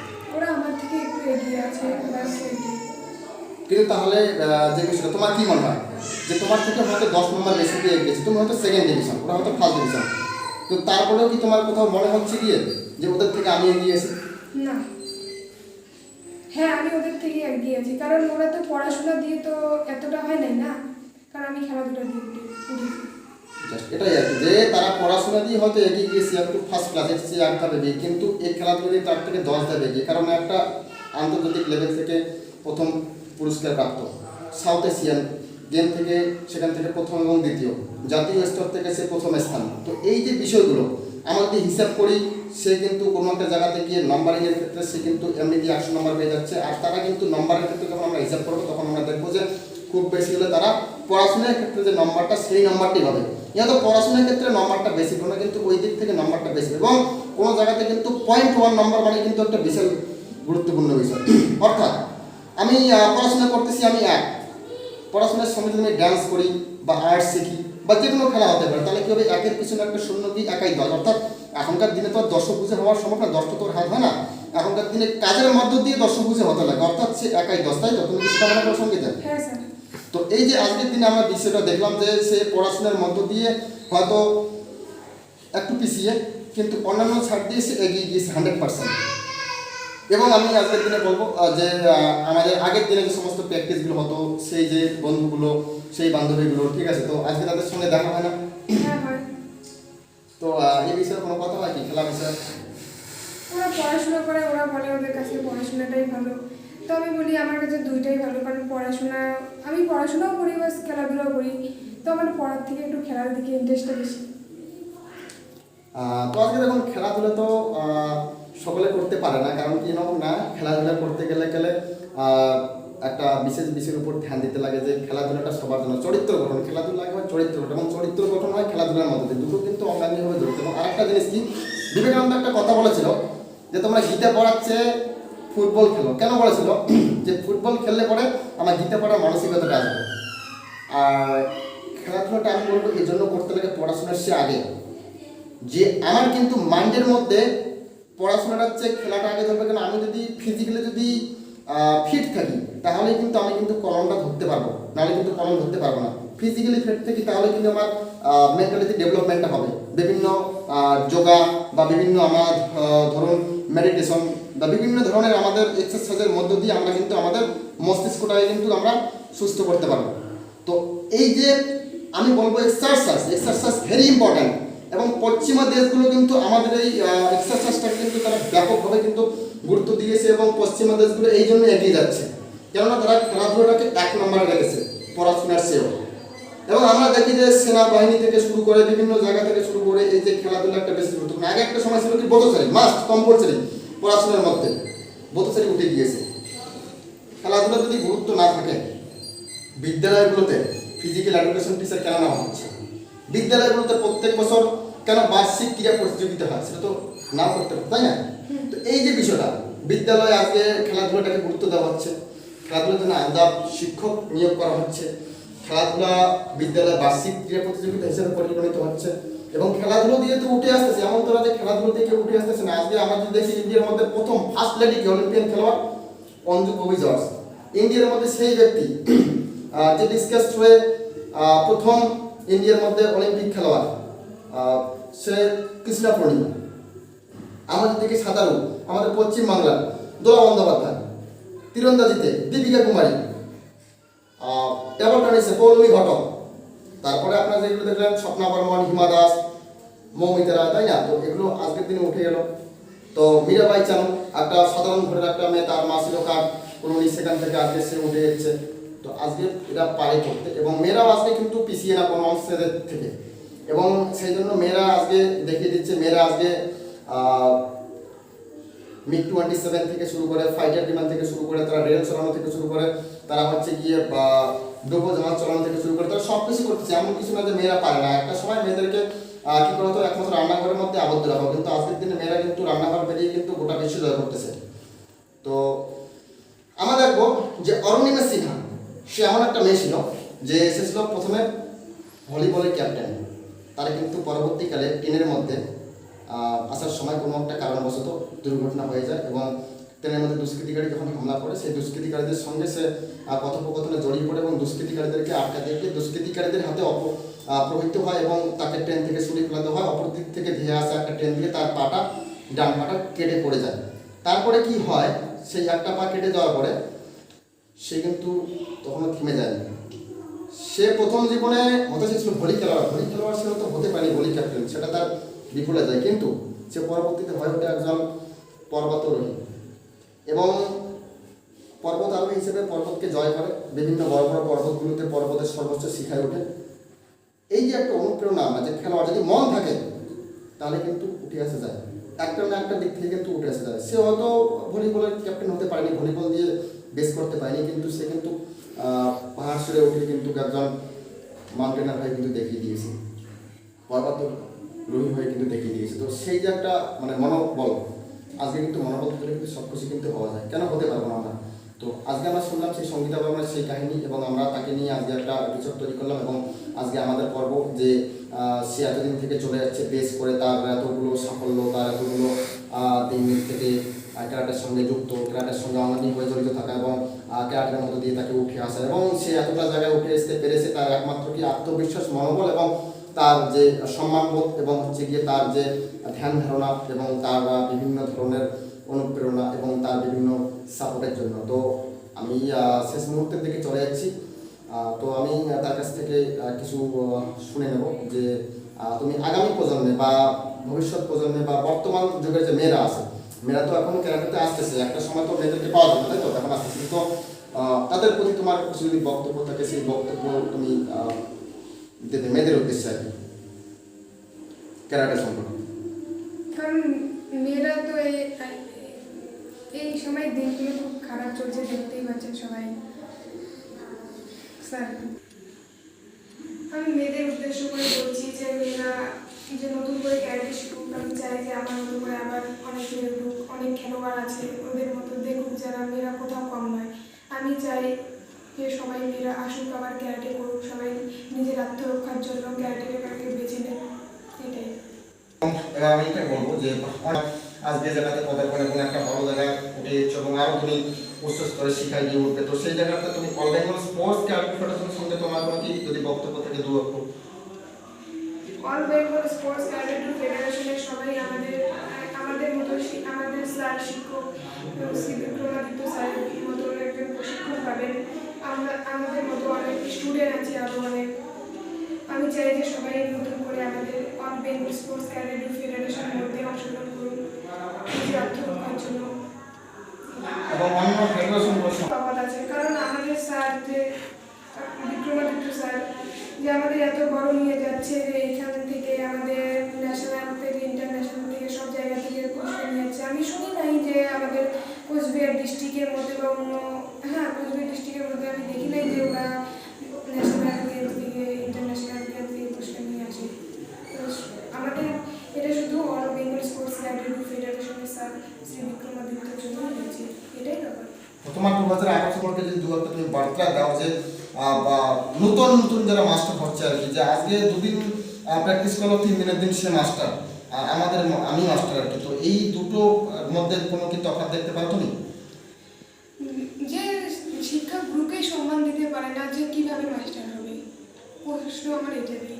কারণ যার কাছ থেকে শিখতো ক্যারাটে সেখান থেকে তো আমি যদি বলি স্যারকে যে আমি তোমার কাছ থেকে শিখছি, তো আমি তারপরে আমি নিজেই মাস্টার, আমি তোমার মাস্টার, এটা তো কোনো কথা হলো না। কারণ আমার ইচ্ছে হলো যে আমি যার কাছ থেকে শিখেছি, আর সবাই তো স্যার হতে পারে না, গুরু তো একজনই হয়। দিনগুলো কথা যদি একটু কিছু তুলে ধরো আমাদের মধ্যে আর কি, যে তুমি যখন প্রশিক্ষণ করতে কীরকম করে প্রশিক্ষণ করতে এবং কতক্ষণ করে প্র্যাকটিস করতে এবং সেই সময়কার ঘটনাগুলো একটু আমাদেরকে বলবে। আমার তো কি, আমি তো ক্যারাটে পছন্দ খুব করি, এবার ক্যারাটের মধ্যে অনেক বৃষ্টি হাওয়া বাতাস অনেক জোরালো অনেক হাওয়া বৃষ্টি হয়, তবুও আমরা ক্যারাটের পিছনে ছাড়ি নাই। দুপুর বলো সকাল বলো যেখানে যখন টাইম বলো আমরা সেখানে গিয়ে ক্যারাটের মধ্যে উপস্থিত হই, যে অবস্থায় থাকুক না কেন, বৃষ্টি রোদ ঝড় বাতাস, কারণ ক্যারাটেটা কোথাও কম হয় না। কারণ ক্যারাটেকে মানুষ ক্যারাটে অন্য কিছুকে দেখে ভয় পায় না, মানুষ ক্যারাটেকেই দেখে ভয় পায়। আমি একটা সময় মনে আছে আমাদেরকে প্রশিক্ষণ দেওয়া হতো সেই বিদ্যালয়ের প্রাঙ্গণে, যখন মানে খুবই প্রখর রৌদ্র তাপের মধ্যে যেখানে দাঁড়ানো সম্ভব হতো না, সেই জায়গার মধ্যে তোমরা দাঁড়িয়ে ঘন্টা পর ঘন্টা অনুশীলন করেছো এবং প্র্যাকটিস নিয়েছো। তো সেটা কীভাবে সম্ভব হচ্ছে সে সম্পর্কে যদি একটু বলো। বাচ্চাদের আজকে স্কুলে তারা তো চাই কি ইনডোর, তারা চাই এসি ঘর, সেখানে কিংবা প্র্যাকটিস গিয়েছি, তারা একটু হাঁটতে গিয়ে তাদের পা ব্যথা হয়ে যাচ্ছে। তো তাদের প্রতি যদি একটু তুমি এই বার্তাটা দাও, তোমরা প্রখর রৌদ্রের মধ্যে ঘন্টার পর ঘন্টা বা সূর্যের প্রখর তাপকে তোমরা হার মানিয়ে দিয়েছো, সেই বিষয়ে একটু বলবে। আমরা ক্যারাটে করি, আমরা তো ঘরের মধ্যে থেকে ক্যারাটে করবো না। না, ওইখানে আমরা সূর্যের আলো হাওয়া বাতাস যদি না পাই, প্রকৃতির আবহাওয়া যদি আমরা না পাই, তাহলে আমাদের ক্যারাটে করে কী লাভ? ক্যারাটেটা প্রতিটা সে জিনিসের মধ্যেই অংশগ্রহণ করে, কারণ ক্যারাটেটা হাওয়া আমরা যদি ভালো করে প্র্যাকটিস না করি, যদি হাওয়া বাতাস আমাদের গায়ে লাগেই না, তাহলে আমরা কীভাবে করবো? যদি আমরা এসি ঘরের মধ্যে থেকে করতে পারি এটা। তো অনেক বান্ধবী বাদ দিয়েছে, অনেকে বাদ দিয়েছে, কিন্তু তুমি আজকেও ঠিক আছো। কোনো আজকে তুমি বাদ দিলে না কেন? সবার সাথে বা সবাই যখন তোমাকে বলেছিল বাদ দেওয়ার কথা, বা আজকের দিনে বা অনেকে নেই। আমি তো আমার ক্যারাটেকে বেছে নিয়েছি, কারণ মেয়েরা কোথাও কম হবে না, আমি এটা চাই না। মেয়েদের আত্মরক্ষার জন্য শুধু একমাত্র যদি কোনো খেলা হয় তাহলে ক্যারাটে। কেন বেছে নেবো? সবাই আমাকে বলেছে যে ক্যারাটে বাদ দে, এটা করবি না, এটা করবি না, পাবি না, সেটা করবি না। আমি মানুষের কথা শুনিনি, কারণ আমি ভালোবেসে আমার ক্যারাটে, আমি আজীবন ভালোবাসবো যে আমার ক্যারাটে থেকে আমি আরও অলিম্পিক থেকে আমি পুরস্কার নিয়ে আসবো। এবং আমরা পরবর্তীকালে দেখেছি যে আমরা তাদেরকে বা কোনো একটা জায়গাতে বলেছি যে তোমরা সিনিয়র স্টুডেন্ট হিসেবে বা তোমরা এমনিতে ক্লাসটাকে দেখবে, মেনটেনিং করবে। পরবর্তীতে তারা দেখছি তোমাদেরকে অফার করেছে যে আমাদের সঙ্গে কাছে যোগদান করো, আমরা শেখাবো, ঠিক আছে, আমরা একসাথে থাকবো। সেই যে অফারগুলো, এত বড় বড় অফার বা এত বড় তোমাদেরকে আশা দেখানো বা ভরসা দেখানো, বা তারা অনেক কিছু বড় বড় কোনো জায়গায় না যাওয়া, আমাদের অল বেঙ্গল স্পোর্টস কার্টুন ফেডারেশনকে নিজের সংগঠনের মতো করে নেওয়া, সেখানে যুক্ত থাকা, এটাই বা কেন? অন্য সংগঠনে তো অনেক অফার দিচ্ছি, অনেক দেখেছি, অনেক কিছু বলেছে, তাদের সংখ্যাগরিষ্ঠতা দেখিয়েছে, তারপরেও না যাওয়া। আমার তো কোনো সংখ্যাগরিষ্ঠতা নেই এখন, তো যেটা মনে হচ্ছে সকলের কাছে যে আমরা ভেঙে গিয়েছি, আমাদের জিরো।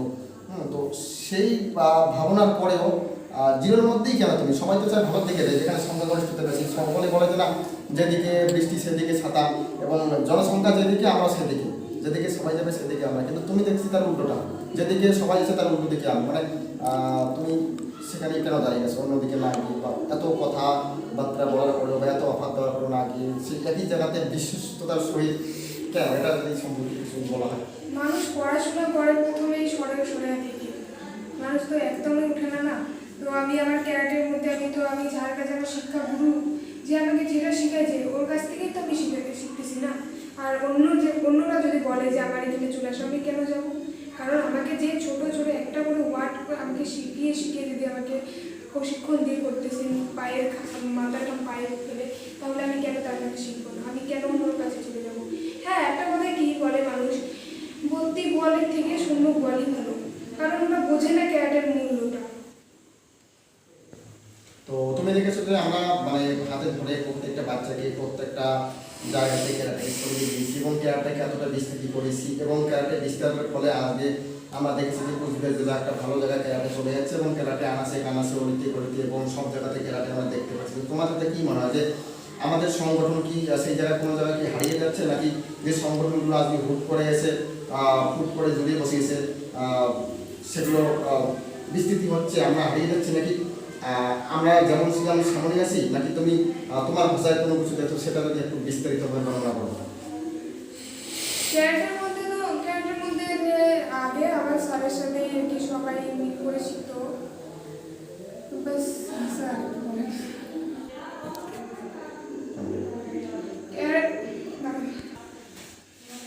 আমাদের সংগঠনই একমাত্র, আমাদের এই সংগঠন অল বেঙ্গল স্পোর্টস ক্যাডেট ফেডারেশনের একমাত্র সংগঠন, এটাই ভবিষ্যতে আর কি।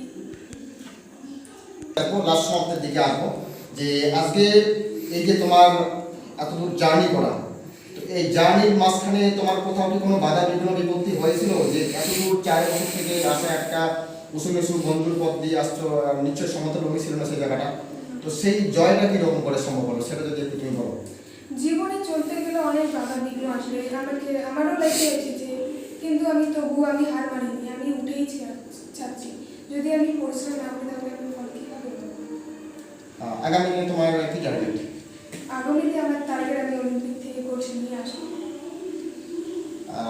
ধরো রিসেন্টলি তোমাদের আমরা দেখলাম যে স্কুল গেম আবার স্টার্ট হয়ে যাচ্ছে 2022 সালে, সেটা ঘোষণা করেছে সমস্ত ক্রীড়া জগতের ক্ষেত্রে। ক্রীড়া জগৎগুলো খুলে দেওয়া হচ্ছে, ক্রীড়ার দরজাগুলো, সেটা হচ্ছে কি কোভিড-19কে আমরা পেরিয়ে যাচ্ছি। 2 বছর আমরা কোভিড-19-এর জন্য কোনো কিছু করতে পারিনি, করোনা মহামারীর জন্য। তো আজকের দিনে 2022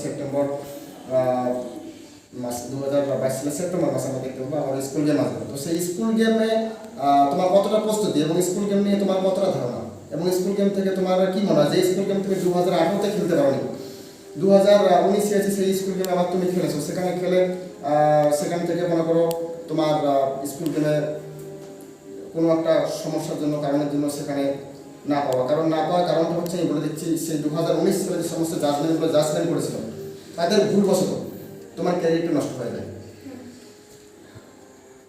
যারা জাজমেন্ট করেছে তারা কিছু জানতো না, সেই জাজমেন্ট করার ফলে তোমার ক্যারিয়ার নষ্ট হয়ে যায়। আজকে তুমি স্কুল গেমে একটা ভালো জায়গায় যেতে পারতো সেই সময়টাতে, 2018 সালে গেমে তুমি যেতে পারোনি, 2019 সালে সেটা হলো না, 2020-21 বন্ধ ছিল করোনা মহামারীর জন্য।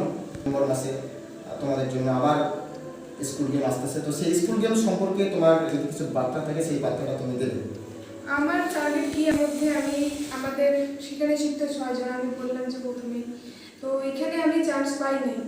আমার টার্গেট হলো আমি স্কুল গেম থেকে পুরস্কার নিয়ে আসবোই, সেটা গোল্ড।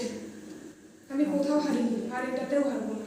তো স্কুল গেম আমরা দেখছি প্রথমে প্রথমে আগে জেলা ভিত্তিক হতো, তার আগে 2016 সালে স্কুল গেমটাকে যখন প্রথম ইনক্লুডেড করলাম তখন আমরা দেখলাম যে স্কুল গেমটা ডিরেক্টলি সিলেকশনে যাচ্ছে, হুটহাট করে নিয়ে যাচ্ছে। 2017 সালে স্কুল গেমটাতে প্রথম ডিস্ট্রিক্টের মধ্যে চালু হয়, জেলাতে চালু করা হয়। 2018 সালে স্কুল গেমটা তোমরা দেখেছো যে পুরোটা সারাদিনের নির্লস কায়িক পরিশ্রমের মধ্যে দিয়ে স্কুল গেমটাকে সংগঠিত করেছে। সেখান থেকে তোমাদের বিদ্যালয়ের কিছু মেয়ে গেছিলো, যেমন প্রীতি সরকার নামে একজন মেয়ে ছিল, তারপরে ববিতা নামে একজন মেয়ে ছিল, আর একজন সংগঠিত ছিল তোমাদের বিদ্যালয়ের, 3 জন গিয়েছিল এখান থেকে। তো তারা 3 জন শূন্য মধ্যে ফিরে যাচ্ছে। 2019 সালে প্রথম আমি এটাকে বিদ্যালয় গেমটাকে জেলা বিদ্যালয় ক্রীড়া সংসদকে বলে সেখান থেকে আমাদের বিভিন্ন ভাবে এই গেমটাকে আমরা আমি সাব ডিভিশন ভিত্তিক করব। মানে প্রথমে সাব ডিভিশন থেকে ডিস্ট্রিক্ট থেকে স্টেট। তো এখানে তোমার সাব ডিভিশন হবে, তারপরে ডিস্ট্রিক্ট, তারপরে স্টেট, তারপরে ন্যাশনাল। তো পুরোটাই গভর্নমেন্ট অফ ইন্ডিয়ার তোমার সৌজন্যে হয় এবং পুরোটা গভর্নমেন্ট গেম আর কি, তোমার পুরো ফ্রি অফ কস্ট একটা গেম। তো সেই গেমটাতে তোমার কতদূর অবধি তোমার টার্গেট আছে? আমার তো পুরোটাই টার্গেট, কারণ আমি সবগুলো গোল্ড নিয়ে আসবো। এবং এই স্কুল গেমের মধ্য দিয়ে কিন্তু যে তুমি বলো স্বপ্না বর্মন, যে তুমি বলো পলমি ঘটক থেকে শুরু করে আজকে হিমা দাস থেকে শুরু করে প্রত্যেকে কিন্তু স্কুল গেম দিয়ে কিন্তু আজকে কিন্তু বেস করে উঠে যাচ্ছে। তো তোমার সেখানে কিন্তু কোনো স্কুল গেম থেকে বেস করার কোনো টার্গেট আছে? হ্যাঁ। সেই স্কুল গেম দিয়ে তোমার কতদূর যাওয়ার মানে শেষ লাস্ট স্টপেজ তোমার কতদূর অবধি? আমি প্রথমে ডিস্ট্রিক্ট লেভেলে খেলবো স্কুল গেম, সেটা হবে স্কুল গেমের পরে স্টেট লেভেলে আমি দেশের হয়ে খেলার জন্য প্রস্তুতি নিব। এবং তারপরে সাউথ এশিয়ান এবং তোমার আন্তর্জাতিক স্কুল চ্যাম্পিয়নশিপ পর্যন্ত যাবে, এবং সেখান থেকে যে অলিম্পিক সিলেকশন সেটা অবধি যাওয়ার একটা প্রয়াস চলছে। তো এই প্রয়াসটাকে তুমি এগিয়ে নিয়ে যাবে, আমরা আমাদের তরফ থেকে সেটা 100% হবে সহযোগিতা করবো, এবং ক্লাস তো প্রত্যেক দিনই সেটার জন্য এক্সট্রাভাবে করতে লাগবে তোমাকে বাড়তে, তাই তো? তো সেই ক্লাসটা তুমি কীভাবে করবে এবং পরিশ্রম, মানে যে একটা খেলোয়াড় হতে গেলে যে প্রত্যেকদিন আমাদের কি 1 ঘন্টা 2 ঘন্টা বা 8 ঘন্টা বা যতটা সময় আর কি প্রত্যেকে নিজের মতো করে করবে, তুমি কতটা সময় ধরে প্রশিক্ষণ করবে? আমি তো সকাল ভোর 5টার সময় উঠি, 5টা থেকে 7টা পর্যন্ত 2 ঘন্টা করি। 2 ঘন্টা করার পরে আমি বই নিয়ে বসি, এরকম করে আবার বিকেল 4টার সময় একটু করি। এরকম করেই আমার প্রস্তুতি আর কি। তার মানে তুমি প্রত্যেকদিন এই যে প্রশিক্ষণটা নেবে সেই প্রশিক্ষণটা তোমার একটা জীবনের সিলেবাসে, অর্থাৎ তোমার হচ্ছে গিয়ে প্রত্যহ দৈনন্দিন জীবনের রুটিনে থাকবে, তাই তো? হ্যাঁ। যে আজকে আমি যেমন সকালবেলা উঠে বা ফ্রেশ হয়ে আমার পড়াশুনো, তারপরে খাওয়া দাওয়া থাকে, তারপরে বিদ্যালয়ে যাই, আমি টিউশনিতে যাই, ঠিক সেরকমভাবে আমি আমার এই ক্যারাটেটাকেও আমি আমার একটা অত্যাধিক দৈনন্দিন জীবনের রুটিনের মধ্যে রাখবো, সেই রুটিন অনুযায়ী আমি সেটাকে প্র্যাকটিস করবো, তাই তো? খুব ভালো। এরকমভাবে আরও এগিয়ে চলো এবং আরও ভালো জায়গা থেকে পুরস্কার নিয়ে আসো আমার সাথে। এবং আমরা আজকে কথা বললাম একজন বিশিষ্ট ক্যারাটে খেলোয়াড় তথা আমাদের কোচবিহার জেলার অন্তর্গত দিনহাটা মহকুমার মধ্যে অবস্থিত দিনহাটা 2 নম্বর ব্লকের বামনহাট 1 নম্বর গ্রাম পঞ্চায়েতের পাথরসন গ্রামের মেয়ে মানসী মহেন্দ্র চন্দ্র বর্মনের মেয়ে সঙ্গীতা বর্মন, যে আজকে ক্যারাটেতে এতটা সাফল্য পেয়েছে এবং এই সাফল্যে সে প্রত্যেকটা মেয়ের অনুপ্রেরণা এবং প্রত্যেকটা মেয়েকে সে দেখিয়ে দিয়েছে যে না, খেলাধুলো দিয়ে এগিয়ে আসা যায় এবং ক্যারাটে একটা বেস খেলা, এবং সেই ক্যারাটে থেকে আজকে গেইন আপ করা যায় এবং ক্যারাটে থেকে নিজে গেইন হয়ে সে প্রত্যেকটা মেয়ের প্রতি একটা বার্তা দিল যে না, তোমরাও ক্যারাটে নিয়ে এগো এবং তোমরা এগোতে পারবে এবং আগামী দিনে এগোতে গেলে পরে তোমাদেরকে ভালো করে আমার মতো করে ধৈর্য সহকারে এবং মানসিকতা সহকারে এগোতে লাগবে। অর্থাৎ ওই আমি একদিন এখানে, 2 দিন ওখানে, 3 দিন এখানে, এরকম করে হয় না, আবার সেই ঘুরে এসে এক জায়গাতে ঢুকে সেটা হয় না। অর্থাৎ তার কাছ থেকে আমরা যেটা জানতে পারলাম যে যেখানে থাকবো এক জায়গা থেকেই উঠে আসতে, অর্থাৎ আমি যদি 10 জায়গায় যাই তাহলে কিন্তু হবে না। অর্থাৎ তাহলে কিন্তু যেমন একটা আমরা দেখি যে 10 জায়গায় গেলে পরে কি শুধু ওই জায়গাটাই ঘোরা হয় কিন্তু কোনো কিছু হয় না, সেই রকমভাবে একই জায়গাতে যদি আমরা লেগে থাকতে পারি সেই জায়গা থেকে আমরা সঠিকভাবে সঠিক সময় উঠে আসতে পারবো। এবং তার প্রকৃষ্ট উদাহরণ আমাদের সঙ্গীতা বর্মন, এবং সঙ্গীতা বর্মন সেই সমস্ত মেয়েদের মধ্যে একজন মেয়ে যে সমস্ত মেয়েগুলো বিগত দিনগুলোতে আমাদের ক্যারাটের মধ্যে যুক্ত ছিল এবং ক্যারাটে থেকে বিভিন্ন জায়গা থেকে পজিশন নিয়ে যাচ্ছে বিভিন্নভাবে, ঠিক তার মধ্যেও সেও একজন মেয়ে।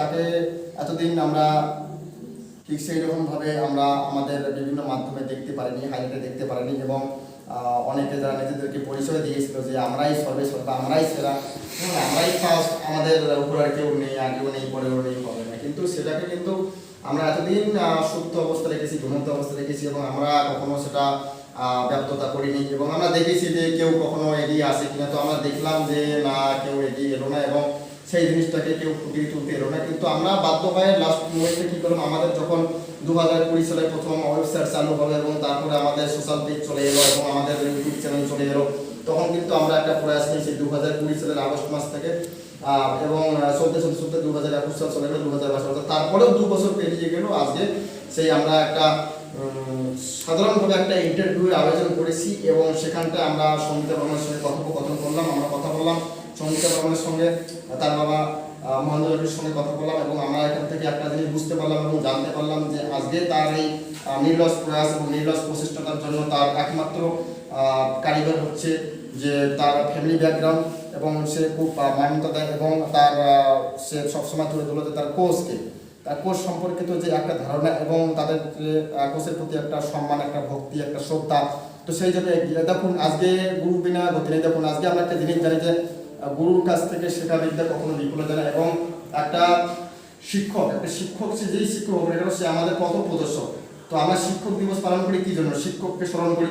তো সেই শিক্ষককে যদি কেউ সম্মান না দেয় সে কখনো এগোতে পারে না, এবং তার যে ভক্তি শ্রদ্ধা এবং শিক্ষকের প্রতি যে তার একটা ভালোবাসা এবং ভরসা বিশ্বস্ততা, তার জন্য কিন্তু আজকে এই জায়গাটাতে স্থির রয়েছে এবং আগামী দিনে সে আরও এগোবে। এবং আমি এটা মনে করি যে আমাদের মধ্যে এত সুন্দর একটা স্টুডেন্ট এবং আমরা এত ভরসাযোগ্য একটা আমাদের খেলোয়াড় বনাম আমাদের একটা ছাত্রী পেয়েছি এবং আমাদের মধ্যে এতদিন থেকে ছিল, আমাদের একটা গর্ব, আমাদের সকলেরই গর্ব যে এত সুন্দর একটা স্টুডেন্ট আজকে আমাদের মধ্যে এসছে এবং আমাদের মধ্যে থেকে আমাদেরকে গেইন আপ করলো। শুধু সে নিজে গেইন না, সে আমাকে গেইন আপ করেছে, অর্থাৎ আমাকে সে হাইলাইট করে দিয়েছে এবং আমার সে পুনর্সম্মান ফিরিয়ে দিয়েছে। অর্থাৎ যে একটা কথা ছিল যে আমি পারবো না, ঠিক আছে, এবং তাদের জন্যই আমার নামটা অন্যান্য ছাত্র যারা বলতো, এবং সেখানটায় সে কিন্তু একটা দেখিয়ে দিয়েছে যে না, নামটা একটা প্রশিক্ষকের জন্য, একটা শিক্ষকের জন্য ছাত্রের নাম হয় এবং শিক্ষক প্রশিক্ষণ দিলে গেলে একটা ছাত্র সহজে সেখান থেকে উঠে আসতে পারে, এবং সে উদাহরণ হয়ে দেখিয়ে দিয়েছে।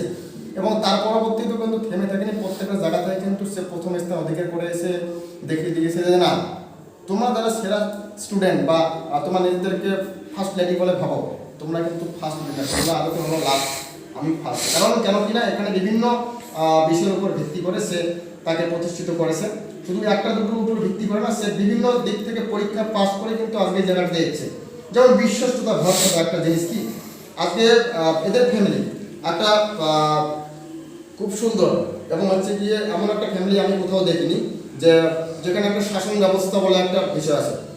তো সেই জায়গা থেকে যেখানে এরা সবসময় একটা বাইন্ডিংয়ের মধ্যে থাকে, যেমন জামাইবাবু যে হচ্ছে গিয়ে বিএসএফ এর চাকরি করে, খুব বাইন্ডিংয়ের মধ্যে থাকে, একটা ডিফেন্সের লোক, যেহেতু ঠিক আছে একটা পড়া লোক, ডিফেন্সের লোক, সরি হচ্ছে গিয়ে খুব বাইন্ডিং বাধ্যতা মূলকের মধ্যে দিয়ে রাখে এদেরকে, এবং তারা আজকে খুব সম্মান করে এবং তারা আজকে সেখানে পরিবেশের মধ্যে খাপ খাইয়ে চলতে পারে এবং ফ্যামিলি ব্যাকগ্রাউন্ড সাপোর্ট পায়, ঠিক আছে। তো সেই ফ্যামিলি থেকে আজকে উঠে আসবে না, তো কোন ফ্যামিলি থেকে উঠে আসবে, অর্থাৎ ফ্যামিলি ব্যাকগ্রাউন্ডটা কিন্তু লাগবে উঠে আসতে গেলে। আমি 1 নম্বর কথা বলে দেবো, অর্থাৎ আগে যদি আমার ফ্যামিলি ব্যাকগ্রাউন্ড না থাকে, আমরা বিগত দিনগুলোতে দেখেছি ফ্যামিলি ব্যাকগ্রাউন্ড নেই, এবং কিছু কিছু ফ্যামিলি ব্যাকগ্রাউন্ড থাকলেও হবে না, মন লাগবে। তো সব জিনিসটাই আছে এদের মধ্যে। এবং দেখুন আজকে একটা কথা বলি, শচীন তেন্ডুলকর কিন্তু একজনই হয়েছে, সৌরভ গঙ্গোপাধ্যায় একজনই হয়েছে, মীরাবাই চানু একজনই হয়েছে, কিন্তু দুজন কিন্তু হয়নি একটা কোচিং ক্যাম্প থেকে। অর্থাৎ শচীনের যে গুরু ছিল, তো তার হাত ধরে কিন্তু ওই শচীন তেন্ডুলকরে বেরিয়েছে, যিনি আজকে লিটিল বয়, মাস্টার ব্লাস্টার বিভিন্ন নামে অভিহিত হয়েছেন, খ্যাতি অর্জন করেছেন। তো একজনই বেরিয়েছে সেই কোচিং ক্যাম্প থেকে সারা জীবনে, সেই গুরু। তার আগে এবং পরে অনেক স্টুডেন্ট বলেছে, কিন্তু শচীন তেন্ডুলকর কি বেরিয়েছে, আর কোনোদিন কিন্তু বেরোয়নি। ঠিক সেই রকম সঙ্গীতে বর্মন একটা উদাহরণ বলতে পারেন, যে একটা ভালো স্টুডেন্ট এবং একটা বেস্ট কোয়ালিটি স্টুডেন্ট এবং ভরসাযোগ্য নির্ভরশীলতার স্টুডেন্ট এবং যে বলে যোগ্য স্টুডেন্ট, না যারা যোগ্য স্টুডেন্ট বলেছিল যে বিক্রমাদিত্য আমরা যোগ্য ছাত্র বা যোগ্য ছাত্রী, তো সেই প্রশ্নটা মানে সেই উত্তরটা আপনারাই দিয়ে দেন না, উত্তরটা দিয়ে দিচ্ছি।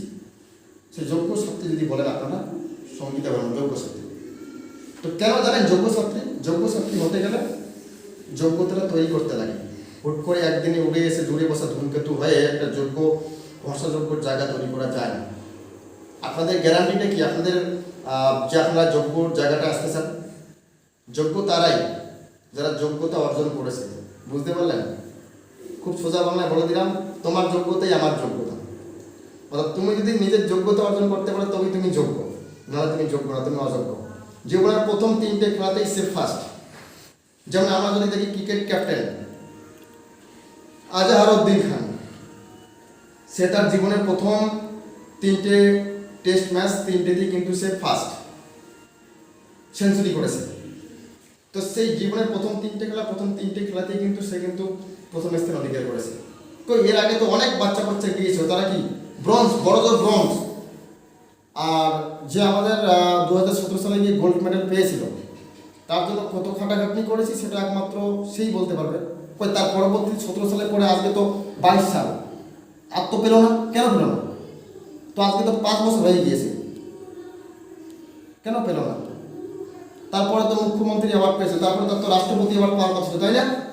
প্রধানমন্ত্রী, রাষ্ট্রপতি এবং আন্তর্জাতিক খেল পরিষদ থেকে তো তার সম্মান পাওয়ার উচিত ছিল, জাতিপুঞ্জ থেকে তার তো সম্মান পাওয়া উচিত ছিল, তো পেল না কেন? এগুলো দেখুন, মুখে অনেক কিছু বলা যায়, ইজি টু সে বা ডিফিকাল্ট টু ডু। বলাটা সহজ কিন্তু করাটা কঠিন। বললাম আর পেলাম না, সেটা তো হবে না। কিছু বলতে গেলে সেই বলার পিছনে লজিকটা লাগবে, যে আমি বললাম সেটা করতে পারবো না। তো এই যে বিষয়টার উপর বেস করে কিন্তু আজকেই বলা গেল। এই ভিডিওটা আমাদের অনেকটা বড় হয়ে গেল, কিন্তু বড়টা করলাম কি জন্য, সেই সম্পর্কে কথাগুলো তুলে ধরলাম।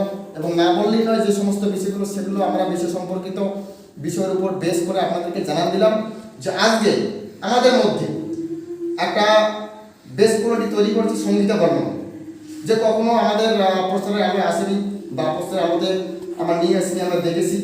এবং আজকে কিন্তু সে প্রচারের আলো এসে নিজেকে বলে দিল এবং সে পুরো জানানটা দিয়ে দিল। অনেকে অর্থ ভেবেছে যে আমরা তো বেরিয়ে গিয়েছি না, আর হয়তো বিক্রমাদিত্যের স্টুডেন্ট নেই। কিন্তু দেখুন, বিক্রমাদিত্যের যারা বেস্ট কোয়ালিটি স্টুডেন্ট, অর্থাৎ যে দেখবেন যে ভ্লাদিমির পুতিনের এখন যে কিছু ইন্টারনাল ফোর্স থাকে আর কি, গোপন সৈন্য প্রত্যেকটা দেশেরই আছে। যেমন অ্যাডলফ হিটলারের ছিল, যেরকম আমাদের ইন্ডিয়ার আছে, পাকিস্তানের আছে, আমেরিকার আছে, ইংল্যান্ডের আছে, সেগুলো হচ্ছে কি ইন্টারনাল কিছু ফোর্স থাকে, ভাইটাল কিছু যোদ্ধা থাকে, বা যেগুলো হচ্ছে গিয়ে কখনো জনসম্মুখে উপস্থাপন করা হয় না, ঠিক সেই রকম একটা ফোর্স। তো সেটাকে আমরা আজকে উপস্থাপন করলাম, প্রত্যেকের সামনে নিয়ে এলাম, আপনারা দেখলেন, এবং আপনারা প্রত্যেকে শুভাশীর্বাদ করবেন, সঙ্গীতা বর্মনকে সহযোগিতা করবেন যে আগামী দিনে সে আরও ভালো জায়গায় উঠে আসতে পারে। এবং আমরা আমাদের এই অনুষ্ঠানটি এখানে আমরা সমাপ্ত করব, এবং সমাপ্ত করার আগে একটা কথাই বলবো যে সঙ্গীতা বর্মন খুব ভালো থেকে এগিয়ে ছিল, এবং আরও তোমার আমরা সাফল্য দেখতে চাই, এবং আগামী দিনে আরও বড় জায়গা থেকে তোমার সাকসেসফুল, এবং সেদিন আমরা তোমাকে নিয়ে আরও একটা এপিসোড তৈরি করবো, পর্ব তৈরি করবো, এবং আমরা তোমার সাকসেসফুল এবং সফলতা সবসময় কামনা করি। তোমার পাশে এবং তোমার সাথে আমাদের all Bengal sports cadet federation, এবং আমি সবসময় আসি। ধন্যবাদ, ধন্যবাদ সকলকে। সকলে খুব ভালো থাকবেন, সুস্থ থাকবেন, এবং আমাদের এই অল বেঙ্গল স্পোর্টস ক্যাডেট ফেডারেশনের ফেসবুক পেজটিকে ফলো করবেন, লাইক করবেন, এবং এই অনুষ্ঠানটি যদি ভালো লাগে তাহলে এই অনুষ্ঠানটি দেখার পরে এই ভিডিওটিতে একটি লাইক দিয়ে আপনাদের ফেসবুক প্রোফাইল আইডিতে